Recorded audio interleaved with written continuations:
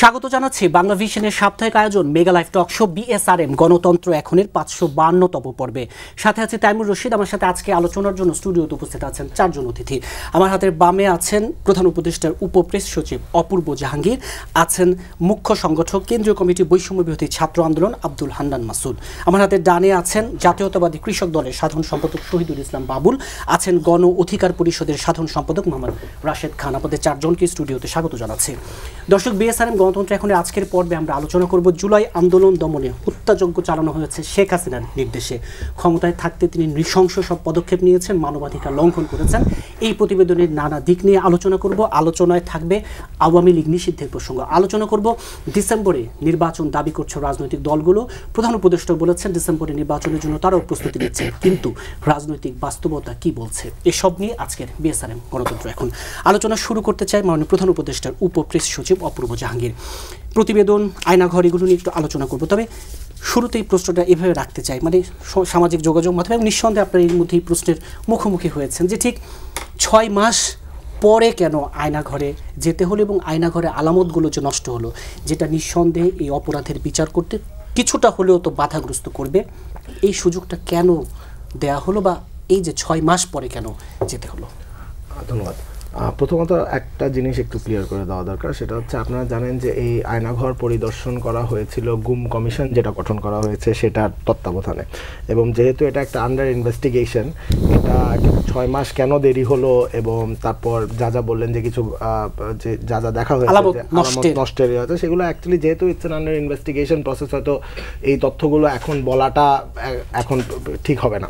So in due time and in due process and in very soon terms এটা হয়তো খুব তাড়াতাড়ি চলে আসবে। কিন্তু এটা তো ঠিক যে যেমন 5 তারিখ থেকে 8 তারিখ পর্যন্ত যখন সরকার ছিল না এবং তারপর পুলিশ বাহিনী অনেকদিন অ্যাক্টিভ ছিল না এবং দেশের কি অবস্থা পরিস্থিতি ছিল, শূন্যতা বিরাজ করছিল, সেটা তো আমরা দেখেছি। এবং এটা তো এমন না যে একটা মিছিল হয়েছে এবং সরকার পতন হয়েছে, একটা তত্ত্বাবধায়ক ব্লাড ব্যাথ হয়েছে, কিন্তু এবং মোটামুটি একটা পরিস্থিতির মাধ্যমে আমরা এই জায়গাটায় এসেছি। সো এই আওয়ামী লীগের যে দোসররা আছে, যে হ্যান্ডসগুলো আছে, সেগুলো তো এখনও, যেহেতু এটা 15 বছরের একটা ডিকটেটরশিপের মতো ছিল, এটা তো বাংলাদেশের রন্ধ্রে রন্ধ্রে ঢোকা এই ইয়েগুলো, আওয়ামী লীগের দোসরগুলো। সো এখানে বিভিন্ন অপারেশনস চলে যেটা আমরা ধারণা করি, কিন্তু যেহেতু, এবং এটাও হয়তো সেরকম একটা অংশ, কিন্তু এই যেহেতু এটা একটা কমিশনের আন্ডারে এবং এটা আন্ডার ইনভেস্টিগেশন, সো এটা নিয়ে আমার হয়তো এখনই এটা মন্তব্য করা উচিত হবে না, কিন্তু এটা ডিউ প্রসেসের ঠিক তথ্য আমরা গুম কমিশনই প্রেজেন্ট করে দিবে যে কিভাবে কি হয়েছে। জি, আরেকটি বিষয় একটু যদি বলতে, যে একটি কথা বলা হচ্ছে যে এই যেদিন জাতিসংঘ থেকে এই মানবাধিকার কমিশনের প্রতিবেদনটা প্রকাশ হলো, ঠিক সেদিনেই এই আয়নাঘর পরিদর্শন, মানে এগুলোকে, এটা গুরুত্বটাকে বা মানে পুরো বিশ্বে বিষয়টাকে আরও বেশি যেন মানে মূল জায়গাটা যেন ফোকাস হয়, সেই জন্যই কি এভাবে মানে কর্মসূচিটা? ঘটনাটা হয়তো কিছুটা কাকতালীয়, কিন্তু আমার মনে হয় যে হাসিনার ব্রুটালিটি দেখানোর জন্য এটা একসাথে করার মানে দরকারই নেই কোনো। মানে আপনারা যদি ইউএন রিপোর্টটা পড়েন, আপনারা দেখবেন যে 1400 মানুষ মারা গেছে, যাদের মধ্যে 12% ওয়ার চিলড্রেন। মানে এটা ভাবা যায় কিনা। এবং শিশুগুলো তো আমরা যারা মারা গেছেন তারা পুরো জুলাই ধরে আমরা তো তাদের ছবি দেখেছি। সো 13,500 মানুষ ইনজুর্ড হয়েছে জুলাইয়ের 1 তারিখ থেকে 5ই অগাস্ট এবং তার কিছু দূর পর্যন্ত। সো এই বর্বরতাটা তো আমার মনে হয় না কোনো কিছু প্ল্যান করে এই বর্বরতা দেখানো ঠিক আছে, এটা আউট ইন দি ওপেন, এটা সবাই বুঝছে। এটা মানে রাস্তায় রাস্তায় এখনো ওয়াল আর্ট লাগানো আছে হাসিনার বারবারিক শাসনের। সো আমার মনে হয় না যে এটা দুইটা গ্রাফিটিগুলোতে স্পষ্ট। এটা আমাদের মনে হয় না যে এখানে সরকার কোনোভাবে প্ল্যান করে বা দুইটা একসাথে করেছে। এটা একটা আমার জায়গা থেকে আমি যতদূর দেখেছি এটা একটা কোইন্সিডেন্ট। কিন্তু এই চিত্রটা তো খুব ভালো মতো এখন পৃথিবীর কাছে তুলে ধরা আছে। ইউএন বলছে যে হাসিনা ইজ মানে was almost a Butcher, almost কি ওয়াজ আ বুচার, মানে এটা কষাইও হচ্ছে মানে সদয় হয় বলে আমার ধারণা। সো যেমন আমাদের প্রধান উপদেষ্টা আয়নাঘর পরিদর্শন করার পর একটা কথা বলেছিলেন যে আয়ামি জাহিলিয়াত যেটা বলে, আমি তো বলবো এটা বড় আয়ামি জাহিলিয়াতের চেয়েও বিচ্ছিরি অবস্থা। মানে IMA জাহিলিয়াত will be an understatement এখানে। সো মানে এই বারবারিক চিত্র তো আমার মনে হয় না বাংলাদেশ কখনো দেখেছে। তো এটা একটা মানে অসম্ভব মানে ব্যাপার যে এটা মানে কিভাবে আমরা এই 15 বছর অতিক্রম করেছি, এটা মানে হয়তো কিছুটা দোষ আমাদের মানে বাংলাদেশের জনগণের যে আমরা এটা সহ্য করে গেছি এতদিন পর্যন্ত, এটা হয়তো নেক্সট টাইম থেকে আর উচিত হবে না কখনো এরকম কোনো জিনিস ঘটনা ঘটলে যে এটা এতদিন পর্যন্ত টেনে নিয়ে যাবে। এই প্রতিবেদনের আরও বিভিন্ন বিষয় নিয়ে পরবর্তীতে আলোচনা করব। জাতীয়তাবাদী কৃষক দলের সাধারণ সম্পাদক শহীদ ইসলাম বাবুল, যে বলছিলাম জাতিসংঘের প্রতিবেদনের মধ্য দিয়ে শেখ হাসিনার যে বর্বরতা নৃশংসতা প্রমাণিত হয়েছে এবং অনেকটা আন্তর্জাতিক মহলে গ্রহণযোগ্যতা পাবে যেহেতু এটি জাতিসংঘের প্রতিবেদন। এই জায়গায় দাঁড়িয়ে আজকে বিএনপি মহাসচিব, আপনার দলের মহাসচিব বলেছেন যে এবার অন্তত ভারতের শেখ হাসিনাকে ফেরত দেওয়া দরকার। মানে মনে কি হয় কিনা এসবের পরে ভারত ফেরত দেবে? ফেরত দেবে কিনা আমি জানি না, তবে ভারত যে তাকে অন্যায্যভাবে অন্যায়ভাবে আশ্রয় দিয়েছে দুনিয়ার কোনো দোষ দেয়নি। এটা তো মানে মানে কি বলবো, দ্বিপাক্ষিক যে সম্পর্ক বা এক রাষ্ট্র প্রতিবেশী রাষ্ট্রের সাথে প্রতিবেশী রাষ্ট্রের যে সম্পর্ক, তার জন্য একটা বিরাট বাধা বা ব্যত্যয় হয়ে আছে। এই তাদের এই চরিত্র আমরা আগে থেকেই দেখছিলাম, হ্যাঁ, যে বাংলাদেশে তাদের একজন বলা যায় বিশ্বস্ত ভিত্ত ছিল শেখ হাসিনা। তিনি যা চেয়েছেন তার চাইতে, তারা যা চেয়েছেন তার চাইতে অনেক গুণ তাকে দিয়েছেন, এটা স্বীকৃত, হাসিনা নিজেই বলেছে। তো এখন তাদের সেই ভিত্তর ভয়ানক বিপদ কে আর তাকে জায়গা দেবে? ভারতই দিয়েছে, এবং শুধু জায়গা তো দেয়নি, সেখান থেকে বাংলাদেশে একটা আবার অস্থিতিশীল পরিবেশ তৈরি করবার জন্যে তাকে পরিবেশ করে দিচ্ছে। এবং শুধু তাই না, তারা বাংলাদেশ বিরোধী নানান ধরনের প্রচারণা, প্রোপাগান্ডা, হ্যাঁ, তাদের মিডিয়ায়, তাদের রাজনৈতিক ব্যক্তিত্ব, তাদের কূটনৈতিক যে আচরণ, এবং আমাদের এখানে এই ত্রিপুরায় আমাদের উপ হাই কমিশনের যে নগ্ন হামলা, এবং প্রতিনিয়ত তাদের ওই গণমাধ্যমে যেই ধরনের মানে কি বলে অস্থিরতা, যে ধরনের বিদ্বেষ, যে ধরনের সাম্প্রদায়িক পরিস্থিতি তৈরি করবার জন্য চেষ্টা করা হচ্ছে, এটা খুবই নিন্দনীয়। এটা ভারত বাংলাদেশের সম্পর্কের জন্য, এখন যদি তারা হাসিনা আর আওয়ামী লীগের সাথে শুধু সম্পর্ক করতে চায়, দীর্ঘদিন যাবৎ আমরা এই কথাগুলো বলে আসছিলাম। আমাদের তো অনেকগুলো ইস্যু আছে ভারতের সাথে, অনেকগুলো ইস্যু। আমাদের চরনটে অভিন্ন নদীর ইস্যু আছে, পানি আমাদের ন্যায্যতা নাই, হিস্সা নাই, তারপরে বাণিজ্য বৈষম্য আছে, মারাত্মক ঘাটতি, তারপরে আপনার এই সীমান্ত হত্যা আছে, ভয়ানক ব্যাপার, এই যে বিষয়গুলো রয়েছে, তারপরে আপনার প্রতিনিয়ত 5 আগস্টের গণ অভ্যুত্থানের পর বিএনপির সাথে ভারতের সম্পর্কের রসায়নে কি কোনো বদল এসেছে? না, বিএনপির সাথে রসায়নের কোনোই বদল হয়নি, হ্যাঁ, বা বদল হবার কোনো, আমরা বরাবরই ন্যায্যতার প্রশ্ন করছি, মর্যাদার প্রশ্ন। বাংলাদেশের ন্যায্যতা এবং মর্যাদার প্রশ্নে বিএনপি কখনো এক বিন্দু ছাড় দেয়নি, কাউকেই দেয়নি বা দিবে না, এটা আমি দৃঢ়ভাবে আপনাকে বলতে পারি। আর ভারত যেটা করছে, শোনেন, এই যে ঘটনাগুলো আমরা দেখছি, আমি মনে করছি যে এই ঘটনার মধ্য দিয়ে ভারতের শিক্ষা হওয়া উচিত যে তার কফিনে হাসিনা, আওয়ামী লীগ এবং ভারত একাধারে, তাদের এই কফিনে শেষ পেরেক এই জাতিসংঘের এই প্রতিবেদন এবং তাদের এই বক্তব্য। আমরা ধরেন হিটলারের গ্যাস চেম্বারের কথা শুনেছি, ইতিহাসে পড়েছি, তারপরে গুয়ান্তানামা বে যেটা, সেটার গল্প আমরা জানি, কিন্তু এটা তো একটা ভিন্ন ব্যাপার। এখানে গুম করে আয়না ঘর, আমি ধন্যবাদ জানাই যে তাসনিম খলিল, যিনি আমাদের এই মানে নেত্র নিউজের, আর এই যে মানে জুলকার নাইন শাহের, তারা যে আমাদের আল জাজিরা টেলিভিশনের প্রথম এই আয়না ঘর, তার আগে তো আমরা জানতেও পারতাম না, জানতাম যে আমাদের সহকর্মীরা হারিয়ে যাচ্ছে, ফেরত আসছে না, কোথায় চলে যাচ্ছে, কি হচ্ছে, কিছুই জানতাম না। কিন্তু এই প্রতিবেদনের পরে কিন্তু দুর্ভাগ্য আমাদের দেশের কোনো মিডিয়া এটা সামনে আনার সুযোগ পায় নাই, সাহসও পায় নাই, বা তাদের সদিচ্ছাও কখনো ছিল না। এই ভয়ানক বাস্তবতার মধ্যে দিয়ে আমরা দিনতিপাত করছি। যাই হোক, এখন যেটা হলো, উন্মুক্ত হলো, এবং এই ঘটনা শুধুমাত্র দেখতে পারলাম আমরা, ঠিক আছে, লেট ইজ বেটার দেন মানে নেভার একটা কথা আছে, দেরিতে হইলেও এটা হলো। এটা প্রফেসর ইউনূস সাহেব আছেন, নিশ্চয়ই তার আন্তরিকতাও আছে, জাতিসংঘের একটা প্রতিনিধি দল পর্যন্ত উনি এখানে এনেছেন। শুধু দেখেই আমাদের স্বস্তি আর শান্তি, চোখের শান্তির কোনো ব্যাপার এখানে নাই। এর একটা কার্যকর, এটা একটা কার্যকর, এর সাথে যারাই জড়িত থাকুক, সে যে যত রাঘব বয়ালি হোক, যেখানকার মানুষই হোক, আমরা এই এই এই এই কি বলে এইটা আয়না ঘরের যে উদ্যোক্তা এবং এর সাথে যারা প্রত্যক্ষ পরোক্ষভাবে জড়িত, এটার একটা বিচারের আওতায়, আইনের আওতায় আনতে হবে অবশ্যই। জি, পরবর্তীতে আবার আপনার কাছে আসছি। বৈষম্য বিরোধী ছাত্র আন্দোলনের কেন্দ্রীয় কমিটির মুখ্য সংগঠক আব্দুল হান্নান মাসুদ, এই যে আয়না ঘরের সাথে পেছনে যারা জড়িত, নেপথ্যে যারা, দিন শেষে যেন বিচারটা হয়, এই বিচারটা নিশ্চিত করা যায় কিনা, হবে কিনা, এই জায়গাটিতে যদি দেখুন, একটা বিষয় স্পষ্ট, জাতিসংঘের রিপোর্টে বলা হয়েছে যে হচ্ছে আয়নাঘরের ব্যাপার ইয়াতে গুমের তদন্তের ব্যাপারে আর্মি সহযোগিতা করেনি, এবং ডিজিএফআই যাদের কন্ট্রোলে এই আয়নাঘরটা ছিল, যেখানে পরিদর্শন করছে, যেটা আমি শুরুতে বলছিলাম, বেশ কিছু আলামত, তারা এখনো অফিসিয়ালি এটার জন্য ক্ষমাও চায়নি, কোনো বিবৃতি দেয়নি। একটা ইনস্টিটিউশন হিসাবে একটা সংস্থা হিসেবে তাদের তো এই ব্যাপারে একটা বিবৃতি হোক দেয়া, জাতির কাছে ক্লিয়ার করা দরকার। পাশাপাশি হচ্ছে তারা এখনও মানে হচ্ছে 5 আগস্টের পরে এমনকি আলামত নষ্ট করার চেষ্টা করা হয়েছে। আমরা জানতে পারছি আপনার নেত্র নিউজের একটা রিপোর্ট থেকে জানতে পারলাম যে হচ্ছে তারা ডক্টর মোহাম্মদ ইউনূস যখন হচ্ছে ইয়েতে পরিদর্শনে যেতে চেয়েছেন, উনি যাতে না যান সেই ব্যাপারে সেটাকে বাধাগ্রস্ত করা হচ্ছে, ওনার যাওয়ার ইচ্ছাটাকে এবং সাংবাদিক নিয়ে যেতে চেয়েছিলেন, তাও তারা এই ক্ষেত্রে নাখোশ ছিল আর্মি। মায়ের ডাকের সংগঠনেরও বেশ কয়েকজন যেতে পারেনি, আছে। তো হচ্ছে তাহলে এখনো আর্মি কাদের হয়ে কাজ করছে? সেই কি যারা গুমের সাথে জড়িত, খুনের সাথে জড়িত, তাদের অপরাধগুলোকে কি তারা চেপে যেতে চেষ্টা করছে? এই ব্যাপারগুলোতে যখন হচ্ছে কোশ্চেন করি, আমরা যখন কথা বলি, আমাদের প্ল্যাটফর্ম থেকে কথা বলতে চেষ্টা করি, যারাই কথা বলতে চেষ্টা করি তাদের বিরুদ্ধে বিভিন্ন ধরনের একটা অপপ্রচার, এক ধরনের মানে হচ্ছে তাদেরকে কীভাবে হিউমিলেট করা যায় সেই চেষ্টাই করা হয়ে থাকে।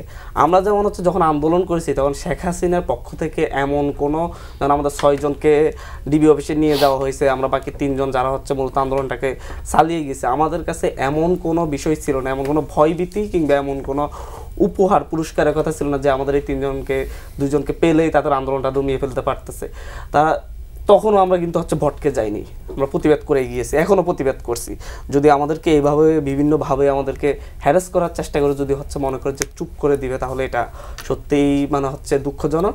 এবং হচ্ছে এই সময়ে এসে এরকম কিছু ষড়যন্ত্র অবশ্যই হচ্ছে। আজকে যদি সময় থাকে আমি 1 মিনিট একটা ঘটনা বলি। আজকে একটা বিষয়ে জানতে পারলাম, মানে হচ্ছে আমার নাম করেই কয়েকজনের বিরুদ্ধে অভিযোগ দেওয়া হয়েছে, বাট আমি জানি না যে হচ্ছে ওনারা আওয়ামী লীগের সাথে জড়িত, ওনাদেরকে গ্রেপ্তার করতে হবে, হাজি সেলিমের ডান হাত বাম হাত। তো আমি কয়েকদিন আগে হচ্ছে RTVর সাংবাদিক, আমি যখন গোল টেবিলে যাই, যিনি ফোন দেন বেলায়েত ভাই, উনি আমাকে ফোন দিয়েছেন যে হচ্ছে ওনাদের এমডির বোন জামাইকে অ্যারেস্ট করে নিয়ে গিয়েছে আমার দেয়া অভিযোগে। কারণ আমি তো ওনাকে চিনি না যে হচ্ছে কি অভিযোগ এবং লিখকে আপনি আসলে অভিযোগ দেননি? দিই নেই। তারপর হচ্ছে সেটা নিয়ে কোথায় কি হয়েছে বললো যে ডিসি রমনা। আমি ওনাকে জিজ্ঞাসা করলাম, উনি বললেন যে হচ্ছে এটা আপনার কোনো অভিযোগ না, এটা হচ্ছে IGP স্যারের নিজের সরাসরি অভিযোগে অ্যারেস্ট করা হয়েছে। তারপরে 2 দিন পরে আমি জানতে পারলাম যে হচ্ছে NSI থেকে আমাকে জানানো হলো যে হচ্ছে DGFI কর্তৃক, নামটাও বলে ফেলছি সরি, মানে হচ্ছে ওদের কর্তৃক একটা অভিযোগ দেওয়া হয়েছে, গোয়েন্দা রিপোর্ট দেওয়া হয়েছে যে হচ্ছে আমি এবং হাসনাত আব্দুল্লাহ ভাই ওই লোককে ছাড়ানোর ব্যাপারে মধ্যস্থতা করেছি, ওই লোককে জামিনযোগ্য ধারায় যাতে মামলাটা দেওয়া হয় এই জন্য আমরা মধ্যস্থতা করেছি। তখন আমি যখন যে NSI এর যে কর্মকর্তা হচ্ছে রিপোর্ট করেন, উনি এটা নিয়ে তদন্ত করতেছেন, ওনার সামনে আমি ডিসি রমনাকে ফোন দিয়ে জিজ্ঞাসা করি যে হচ্ছে ভাই এরকম কিছু হয়েছে কিনা। উনি বললেন যে হচ্ছে আমরা বিভিন্ন তদন্ত করে ওনার কোনো সম্পৃক্ততা পাই নাই, তারপর হচ্ছে কমিশনার স্যারের সাথে পরামর্শ করে আমরা এরকম দিয়েছি, আপনার সাথে কোনো সম্পৃক্ত। আমি ডিরেক্ট লাউড স্পিকার দিয়েই রিফাত ভাইয়ের সামনে উনি কথাটা বলি।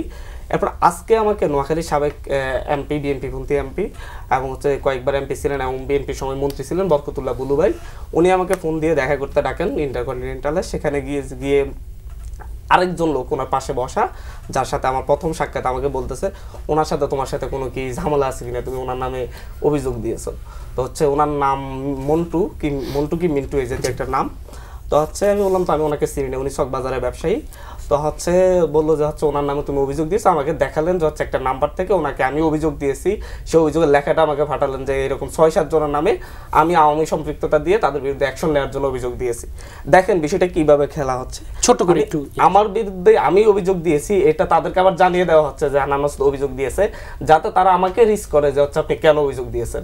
এবং তারা বিভিন্ন মাধ্যমে ধরে আমাকে রিস্ক করার পরে যখন রিস্ক করে তখন এই যে হান্নান মাসুদ ওর সাথে কথা বলছে, তার মানে ওকে বাঁচানোর চেষ্টা করছে। মানে বিষয়টাকে এভাবে একটা খেলা খেলে এটাকে মানে হচ্ছে হ্যারাস করার চেষ্টা করা হয়, যখন হচ্ছে এইসব বিষয় নিয়ে আমরা যখনই কথা বলি যে মুখ খুললে।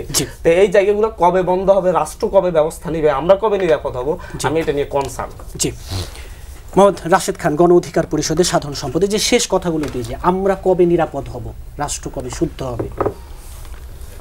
আমরা তো সবাই নিরাপদ আছি, আমরা কি কেউ অনিরাপদ?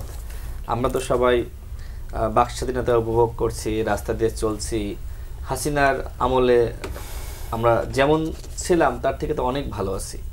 তো এখন বিষয়টা হলো যে ব্যক্তি বিশেষ, আমরা যারা রাজনীতি করি আমাদের বিষয়ে আসলে আলোচনা থাকবে। হান্নান মাসুদ যেহেতু পলিটিক্স করছে, তাকে নিয়ে সমালোচনা থাকবে এবং তাকে স্বাগত জানাতে হবে। বরং সমালোচনাকে নিয়ে আবার যদি পাল্টা সমালোচনা আমরা করি, সেটা নিয়ে বরং একটা সমস্যা সংকট তৈরি হবে। দেখেন আমাদের দেশে যে এনএসআই বলেন, ডিজিএফআই বলেন, এসবি বলেন, এদের মধ্যে যারা আছে তাদেরকে আসলে কিভাবে নিয়োগ দেওয়া হয়েছিল? ম্যাক্সিমাম আওয়ামী পরিবারের, বিশেষ করে এনএসআইতে যাদেরকে নিয়োগ দেওয়া হয়েছিল আমরা দেখেছি ঢাকা বিশ্ববিদ্যালয়ের ক্যাম্পাসে বা হলে যখন থেকেছি যে এদের অধিকাংশ আসলে ছাত্রলীগের। সুতরাং এদেরকে আসলে চাকরিচ্যুত করা হয়নি, শাস্তি দেওয়া হয়নি। ডিজিএফআইয়ের একই অবস্থা, এবং এসবি বলেন, অন্যান্য গোয়েন্দা সংস্থা বলেন, তাদের আসলে ওইভাবে আওয়ামী পরিবারের সদস্যদেরকে আসলে ওইভাবে নিয়োগ দেওয়া হয়েছে। সুতরাং তারা বিভিন্নভাবে চেষ্টা করবে আওয়ামী লীগের পারপাস সার্ভ করার। তবে এটিও বলতে হবে যে এনএসআই, ডিজিএফআই, এসবির মধ্যে অনেক মানুষ যারা চাকরি করে আওয়ামী লীগের আমলে, তারা কিন্তু অনেকে ভুক্তভোগীও হয়েছে। সব মিলিয়ে ভালো খারাপ আছে। তবে আমাদেরকে এই জিনিসটা ক্লিয়ার আমাদেরকে আসলে থাকতে হবে, সেটি হলো দেখেন এই সরকারের দায়িত্ব কি ছিল? এই সরকারের দায়িত্ব ছিল এই যে আওয়ামী যারা রয়েছে তাদেরকে সরিয়ে দেওয়া। এখনো পর্যন্ত পুলিশে আপনি জানেন, আপনার সরকারের উপদেষ্টারাই বলছে যে পুলিশের 80% আওয়ামী পরিবারের ছাত্রলীগের। তো আপনি জানেন, তারপরেও আপনি কেন তাদেরকে রেখে দিয়েছেন? ঠিক আছে, আপনি 80% সরাতে পারবেন না, কিন্তু আপনি 10% সরিয়ে দেন পুলিশের যারা আওয়ামী লীগের ছাত্রলীগে, আপনি তো সরাননি। তার মানে কি? তার মানে এই সরকার এক ধরনের গোখরা সাপ কোলের ভিতর নিয়ে ঘুমাচ্ছে। এখন এই সাপ যে পরবর্তীতে তাকে সবল দিবে না, তার নিশ্চয়তা কি? এখন একদিকে তারা বলছে যে তারা আওয়ামী লীগের বিলোপ চাই, আওয়ামী লীগের নিষিদ্ধ চাই। তো ভাই, তুমি উপদেষ্টা পরিষদে আওয়ামী লীগের উপদেষ্টাদেরকে কেন নিয়োগ দিয়েছো? 3 জন উপদেষ্টা, যাদের বিরুদ্ধে আপনার শেখ মুজিবের প্রতি ভালোবাসা বলেন, আওয়ামী লীগের প্রতি প্রেম বলেন, এই অভিযোগ রয়েছে। এবং বৈষম্য বিরোধী ছাত্র আন্দোলন স্বয়ং কিন্তু ওই বসির সাহেব এবং ফারুকি সাহেবের বিরুদ্ধে কিন্তু পদত্যাগের দাবিতে আন্দোলন করেছে। এবং আমি আরেকটি তথ্য পেয়েছি আরেকজন উপদেষ্টার কাছ থেকে, সেটি হলো আলী ইমাম মজুমদার, আপনার জনপ্রশাসন মন্ত্রণালয়ের সচিব এবং যিনি মন্ত্রিপরিষদ সচিব।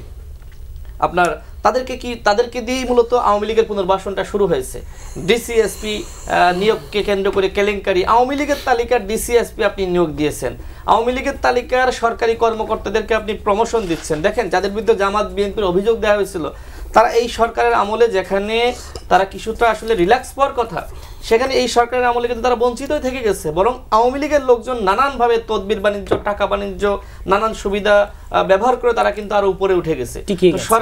সরকার নিজে কিন্তু আওয়ামী লীগের যে ব্যবস্থা ছিল সেটাকে কিন্তু বিলোপ ঘটাচ্ছে না। তারা জানে তারা কেন করতেছে না, সুবিধা পাচ্ছে না অন্য কোনো কারণ, নাকি ভয় পাচ্ছে, আমি জানি না। আমার কথা হলো যে হান্নান মাসুদদের বিরুদ্ধে তো অভিযোগ অনুযোগ বিভিন্ন প্রপাগান্ডা তো এরাই ছড়াচ্ছে। হান্নান মাসুদ যেটি বললেন, তাহলে মাসুদরা যে সরকারের প্রতি তাদের একটা প্রভাব আছে, যে সরকার গঠনের ক্ষেত্রে তাদের ভূমিকা আছে, তারা কেন এই সরকারকে চাপ দিচ্ছে না? আমি মনে করি যে এই সরকারের দুর্বলতার কারণে আওয়ামী লীগ আগামীতে ফিরে আসতে পারে। আপনি বলছেন যে সরকার এবং শাসন ব্যবস্থা বদল, তার মানে কি? সরকার বদল ঘটিয়েছেন, শাসন ব্যবস্থার বদল ঘটাতে হবে। হাসিনা পালিয়ে গিয়ে বা আওয়ামী হাইকমান্ডের বা শেখ পরিবারের কয়েকজন ভারতে পালিয়ে যাওয়া মানেই এটি নয় যে আপনি আওয়ামী লীগের প্রেতাত্মাদেরকে সরাতে পেরেছেন। এখনো পর্যন্ত পুলিশে আওয়ামী লীগের প্রেতাত্মারা, র্যাবে, সচিবালয়ে, সেনাবাহিনীর কথা বলছে, সেনাবাহিনীর অনেককে ডাবল প্রমোশন, বিভিন্নভাবে প্রমোশন দিয়ে জেনারেল তৈরি করা হয়েছে। তাদের কয়েকজনকে আপনি ওই জিয়াউল আহসানের মতন কি আর কেউ নাই? আছে তো। সেনা হেফাজতে 626 জন আশ্রয় নিয়েছিল, আপনি তাদেরকে কোথায় রাখলেন? কোথায় পালিয়ে গেল? আপনি আয়নাঘরের কথা যে প্রশ্ন অন্যদেরকে করেছিলেন, আমাকে অন্য প্রশ্ন করে আমি একটু আসি। দেখেন, এই যে আয়নাঘর, আমি যখন ছোট্ট করে শেষ করি, 1 মিনিটে শেষ করি। আমি যখন 2018 সালে কোটা সংস্কার আন্দোলনকে কেন্দ্র করে জেলে যাই, আমি গারদে, জেলে গারদ থাকে, তো সেখানে একজন ভুক্তভোগী আমাকে বললো যে ছোট্ট একটা রুমের ভিতরে আমি ঘুমাতে পারি না, বসতে পারি না, অন্ধকার, খুব অন্ধকার, একটা ভয়ঙ্কর একটা জায়গায় সেখানে আমাকে রাখা হয়েছিল। এখন যে আয়নাঘর দেখিয়েছে, এটা কি আয়নাঘর? এটা তো একটা বিলাসিতা করার জায়গা। তার মানে এই যে সরকারের দুর্বলতার সুযোগে প্রধান উপদেষ্টা ডক্টর ইউনূস, আমি শুনেছিলাম যে তিনি যেতে চেয়েছিলেন, কিন্তু কেন 6 মাস পরে যাওয়া হলো তার জবাব দিতে আমরা চাইতে পারি। যে আয়নাঘর দেখানো হচ্ছে এটা আসলে আসল নির্যাতনের চিত্র না, এর থেকে ভয়ঙ্কর নির্যাতন শেখ হাসিনা করেছে, যেটি জাতিসংঘের রিপোর্টে এসেছে। তার মানে কি? তার মানে এখন আওয়ামী লীগকে নিষিদ্ধ করার একটি কিন্তু আমাদের কাছে একটি কি বলা যায়, একটি সুযোগ এসেছে। আন্তর্জাতিক মহল কিন্তু জানে যে এই বিষয়গুলো আমরা একটু পরে বিস্তারিত আলোচনা করতে শেষ করে দিই, লাইনটা শেষ করি। হাসিনা একজন গডমাদার এবং তিনি গণহত্যাকারী, একই সাথে তার আচরণ ছিল ফ্যাসিস্টের মতন, নমরুদ ফেরাউন স্টাইলে, তিনি হিটলারের মতন কিন্তু দেশে গণহত্যা চালিয়েছে। সুতরাং এই গণহত্যাকারী দল আওয়ামী লীগকে অবশ্যই নিষিদ্ধ করার সুযোগ কিন্তু আমাদের নিষিদ্ধ বিষয়টি না, আর পরে আলাপ করছি। একটু বিরতি থেকে ফিরে আসেন দর্শক। বিএসআরএম গণতন্ত্র এখন একটি ছোট্ট বিরতির সাথেই থাকুন, ফিরছি বিরতির পর।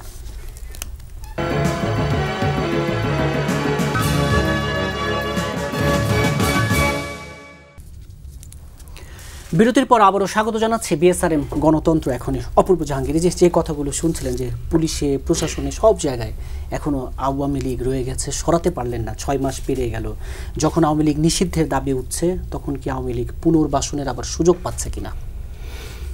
প্রথমত আমি ভাইয়ের জিনিসটা মেনেই যদি বলি যে এখনো লুকিয়ে আছে, 15 বছরের একটা ডিকটেটরশিপ আপনি কতজনকে শোনাবেন? Let's be realistic here. 6 মাস গেছে, তো মাত্র 6 মাস গেছে। উই আর টকিং অ্যাবাউট 15 বছর ধরে একটা অপশাসন, একটা বিচ্ছিরি রকমের দুর্নীতি এবং যা ইচ্ছা তাই বলতে গেলে যেটা হয়েছে। সো এটাকে এক চুটকিতে সরানোটা আমার পার্সোনালি মনে হয় যে এটা সম্ভব না। দ্বিতীয়ত যদি সম্ভবও হয় সেটা নীতিগত হবে না। প্রধান উপদেষ্টা কিন্তু একটা কথা বলেছেন কিছুদিন আগে যে মানে সুবিচার কিন্তু লেন্দি হয়। সেরকম ইনভেস্টিগেশন যখন চলে, যেমন অনেকের বিরুদ্ধে অনেক অভিযোগ আছে যেটার ইনভেস্টিগেশন চলছে, যাতে প্রপার ইনভেস্টিগেশন হয়, যাতে প্রপার বিচারটা হয়, সেটা একটা লেন্দি প্রসেস হয় সবসময়, এবং সেই সময়টুকু আমাদের মেনে নিতে হবে। সো এই টাইমে এরকম বলা হয়তো একটু সোজা যে এখনও লুকিয়ে আছে, দোষটা আমি দিয়ে দিলাম, ঠিকই হয়তো এখনও লুকিয়ে আছে, আমি এটা মেনে নিচ্ছি। কিন্তু এইটাকে ঠিক মতো ন্যাভিগেট করা এবং ঠিক মতো ছাঁকনি দিয়ে যাতে জিনিসটা আপনার এই অ্যাকচুয়ালি যারা বিউরোক্র্যাটস, যারা নন পার্টিজান বাইপার্টিজান বিউরোক্র্যাটস যারা, তাদেরকে নিয়ে আসা কিন্তু একটি লেন্দি প্রসেস। সো এই লেন্দি প্রসেসটা দিয়ে আমাদের যেতে হবে। এবং এমন না যে যেরকম বিভিন্ন ট্রান্সফারের সময় আমরা নিউজ দেখি যে যখন আসে যাচ্ছে না এক্স বা ওয়াই হচ্ছে আওয়ামী লীগের দোষ হচ্ছে, তখন কিন্তু এটাকে আবার ইনভেস্টিগেট করে এরকম অনেক সময় আছে যে এটা সরিয়ে নেওয়া হয়েছে, এরকম বহুবার ঘটেছে।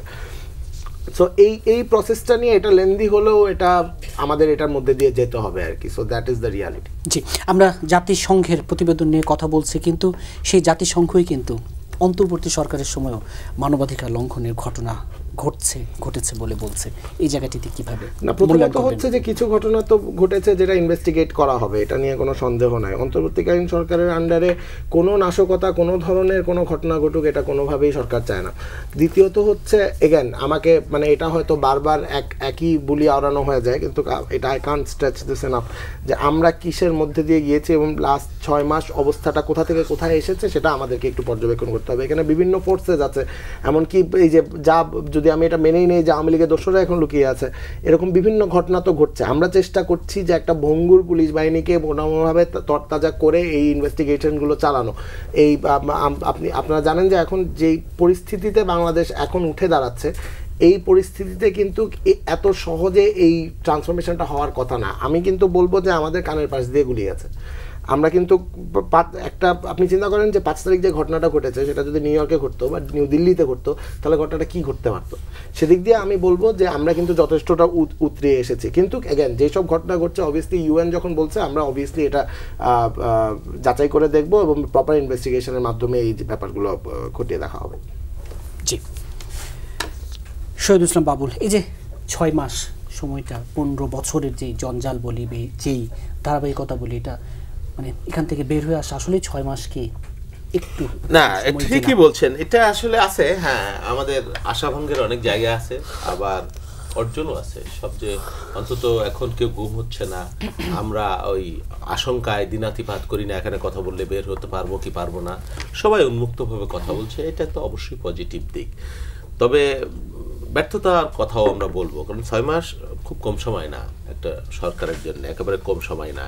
এই 6 মাসে যেই গতিতে, যেই স্পিডে বা যেই তৎপরতার মধ্য দিয়ে এই ফ্যাসিবাদের দোসর, এখনও অনেক ফ্যাসিবাদের দোসর, চিহ্নিত ফ্যাসিবাদের দোসররা কিন্তু এই যে অপারেশন ডেভিড হান্টের পরে কিছু গ্রেপ্তারের খবর দেখছি, কিন্তু তার আগে একেবারে ঢিলে ঢালা, বিশেষ করে পুলিশ প্রশাসনের মধ্যে মারাত্মক শৈথিল্য বা শিথিলতা আমরা দেখেছি, যেটা খুব অনাকাঙ্ক্ষিত। অপারেশন ডেভিল হান্ট কি কোনো ইতিবাচক ভূমিকা রাখছে বলে মনে করছেন? কিছুটা তৎপরতা গ্রামে গঞ্জে বা জেলা শহরে ফিরেছে। তার আগে কিছুই ছিল না, কোনো তৎপরতা ছিল না পুলিশের, বা পুলিশ যে কাজ করছে সিরিয়াস এরকম কোনো বিষয় ওইভাবে আমাদের নজরে আসে নাই, এটা নিশ্চিতভাবেই বলা যায়। এবং এরকম সমস্যা, হ্যাঁ সমস্যা গুরুতর, সমস্যা জটিল, একটা দীর্ঘদিনের একটা শাসন, একটা রিজিম, বা একটা একেবারে পরতে পরতে যেভাবে সেট করা হয়েছে, এই সরকারের জন্য এটা একটা জটিল ব্যাপার। তারপরে সরকার তো কোনো পলিটিক্যাল সরকার না, আসলে তাদের সীমাবদ্ধতা আছে, তাদের অনেক দুর্বলতা আছে, এটা সত্য। আর গভর্নমেন্টের যে সেট আপ, এই সেট আপটাও আমরা জানি না, আমাদের বাইরে থেকে আমরা যেটা দেখছি খুব ভালো সেট আপ এটা আমি মনে করছি না। একমাত্র প্রফেসর ইউনূসের ঔজ্জ্বল্য বা তার ক্যারিজমা বা তার গ্রহণযোগ্যতা বা তার ডিগনিটি, এইটাকে কেন্দ্র করেই তো একটা সরকার হচ্ছে। কিন্তু সরকারের বাকি যে সেট আপ, এখানে অনেক দুর্বলতা আমরা বাইরে থেকে দেখছি, জানি না ভিতরে কী কারণে। তারপরে এত কম মানুষ নিয়ে এই এত বড় একটা তৎপরতা, কর্মযোগ্য, এটা অ্যাডভাইজার, এক একজন অ্যাডভাইজার তিনটা মন্ত্রণালয় নিয়ে তারা বসে আছেন। আমি যদি নাম ধরেই বলতে পারি, মনে করেন স্বাস্থ্য মন্ত্রণালয়ের মতো একটা জায়গায়, এত গুরুত্বপূর্ণ সেন্সিটিভ সেবামূলক জায়গায়, সেখানে যে অ্যাডভাইজার যিনি আছেন, আমি জানি না তার ভূমিকা কী, তার তৎপরতা কী, আমার কাছে দৃশ্যমান হয় না।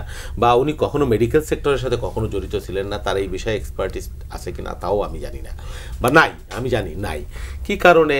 উনি হয়তো ওনার আন্তরিকতা আছে, নিশ্চয়ই উনি ভালো মানুষ হতে পারেন, কিন্তু ভালো মানুষ আর আন্তরিকতা সবসময় সব জায়গায় তো খাটবে না।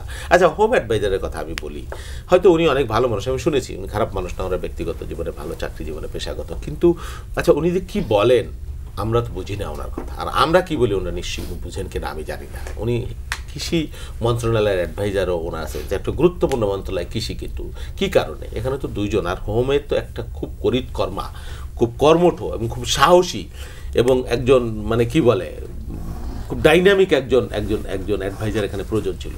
এখানে একটা গভর্নমেন্টে 22 জন অ্যাডভাইজার দিয়ে চলে না, অনেক মন্ত্রণালয়, অনেক ফাইল, অনেক কাজ, মানে এই কারণে ধীরে হচ্ছে। তারপর এদের মধ্যে এই কথা তো অনেকবার বলেছি, ওনাদের বয়সের বাস্তবতা আছে, নানান ধরনের বাস্তবতা আছে, এই সব মিলিয়ে মানে আশানুরূপ, যেখানে প্রফেসর নিজেই বলেছেন, প্রফেসর ইউনূস সাহেব, যে তিনি আশানুরূপ এখন পর্যন্ত করতে পারেন না, এটা সত্য।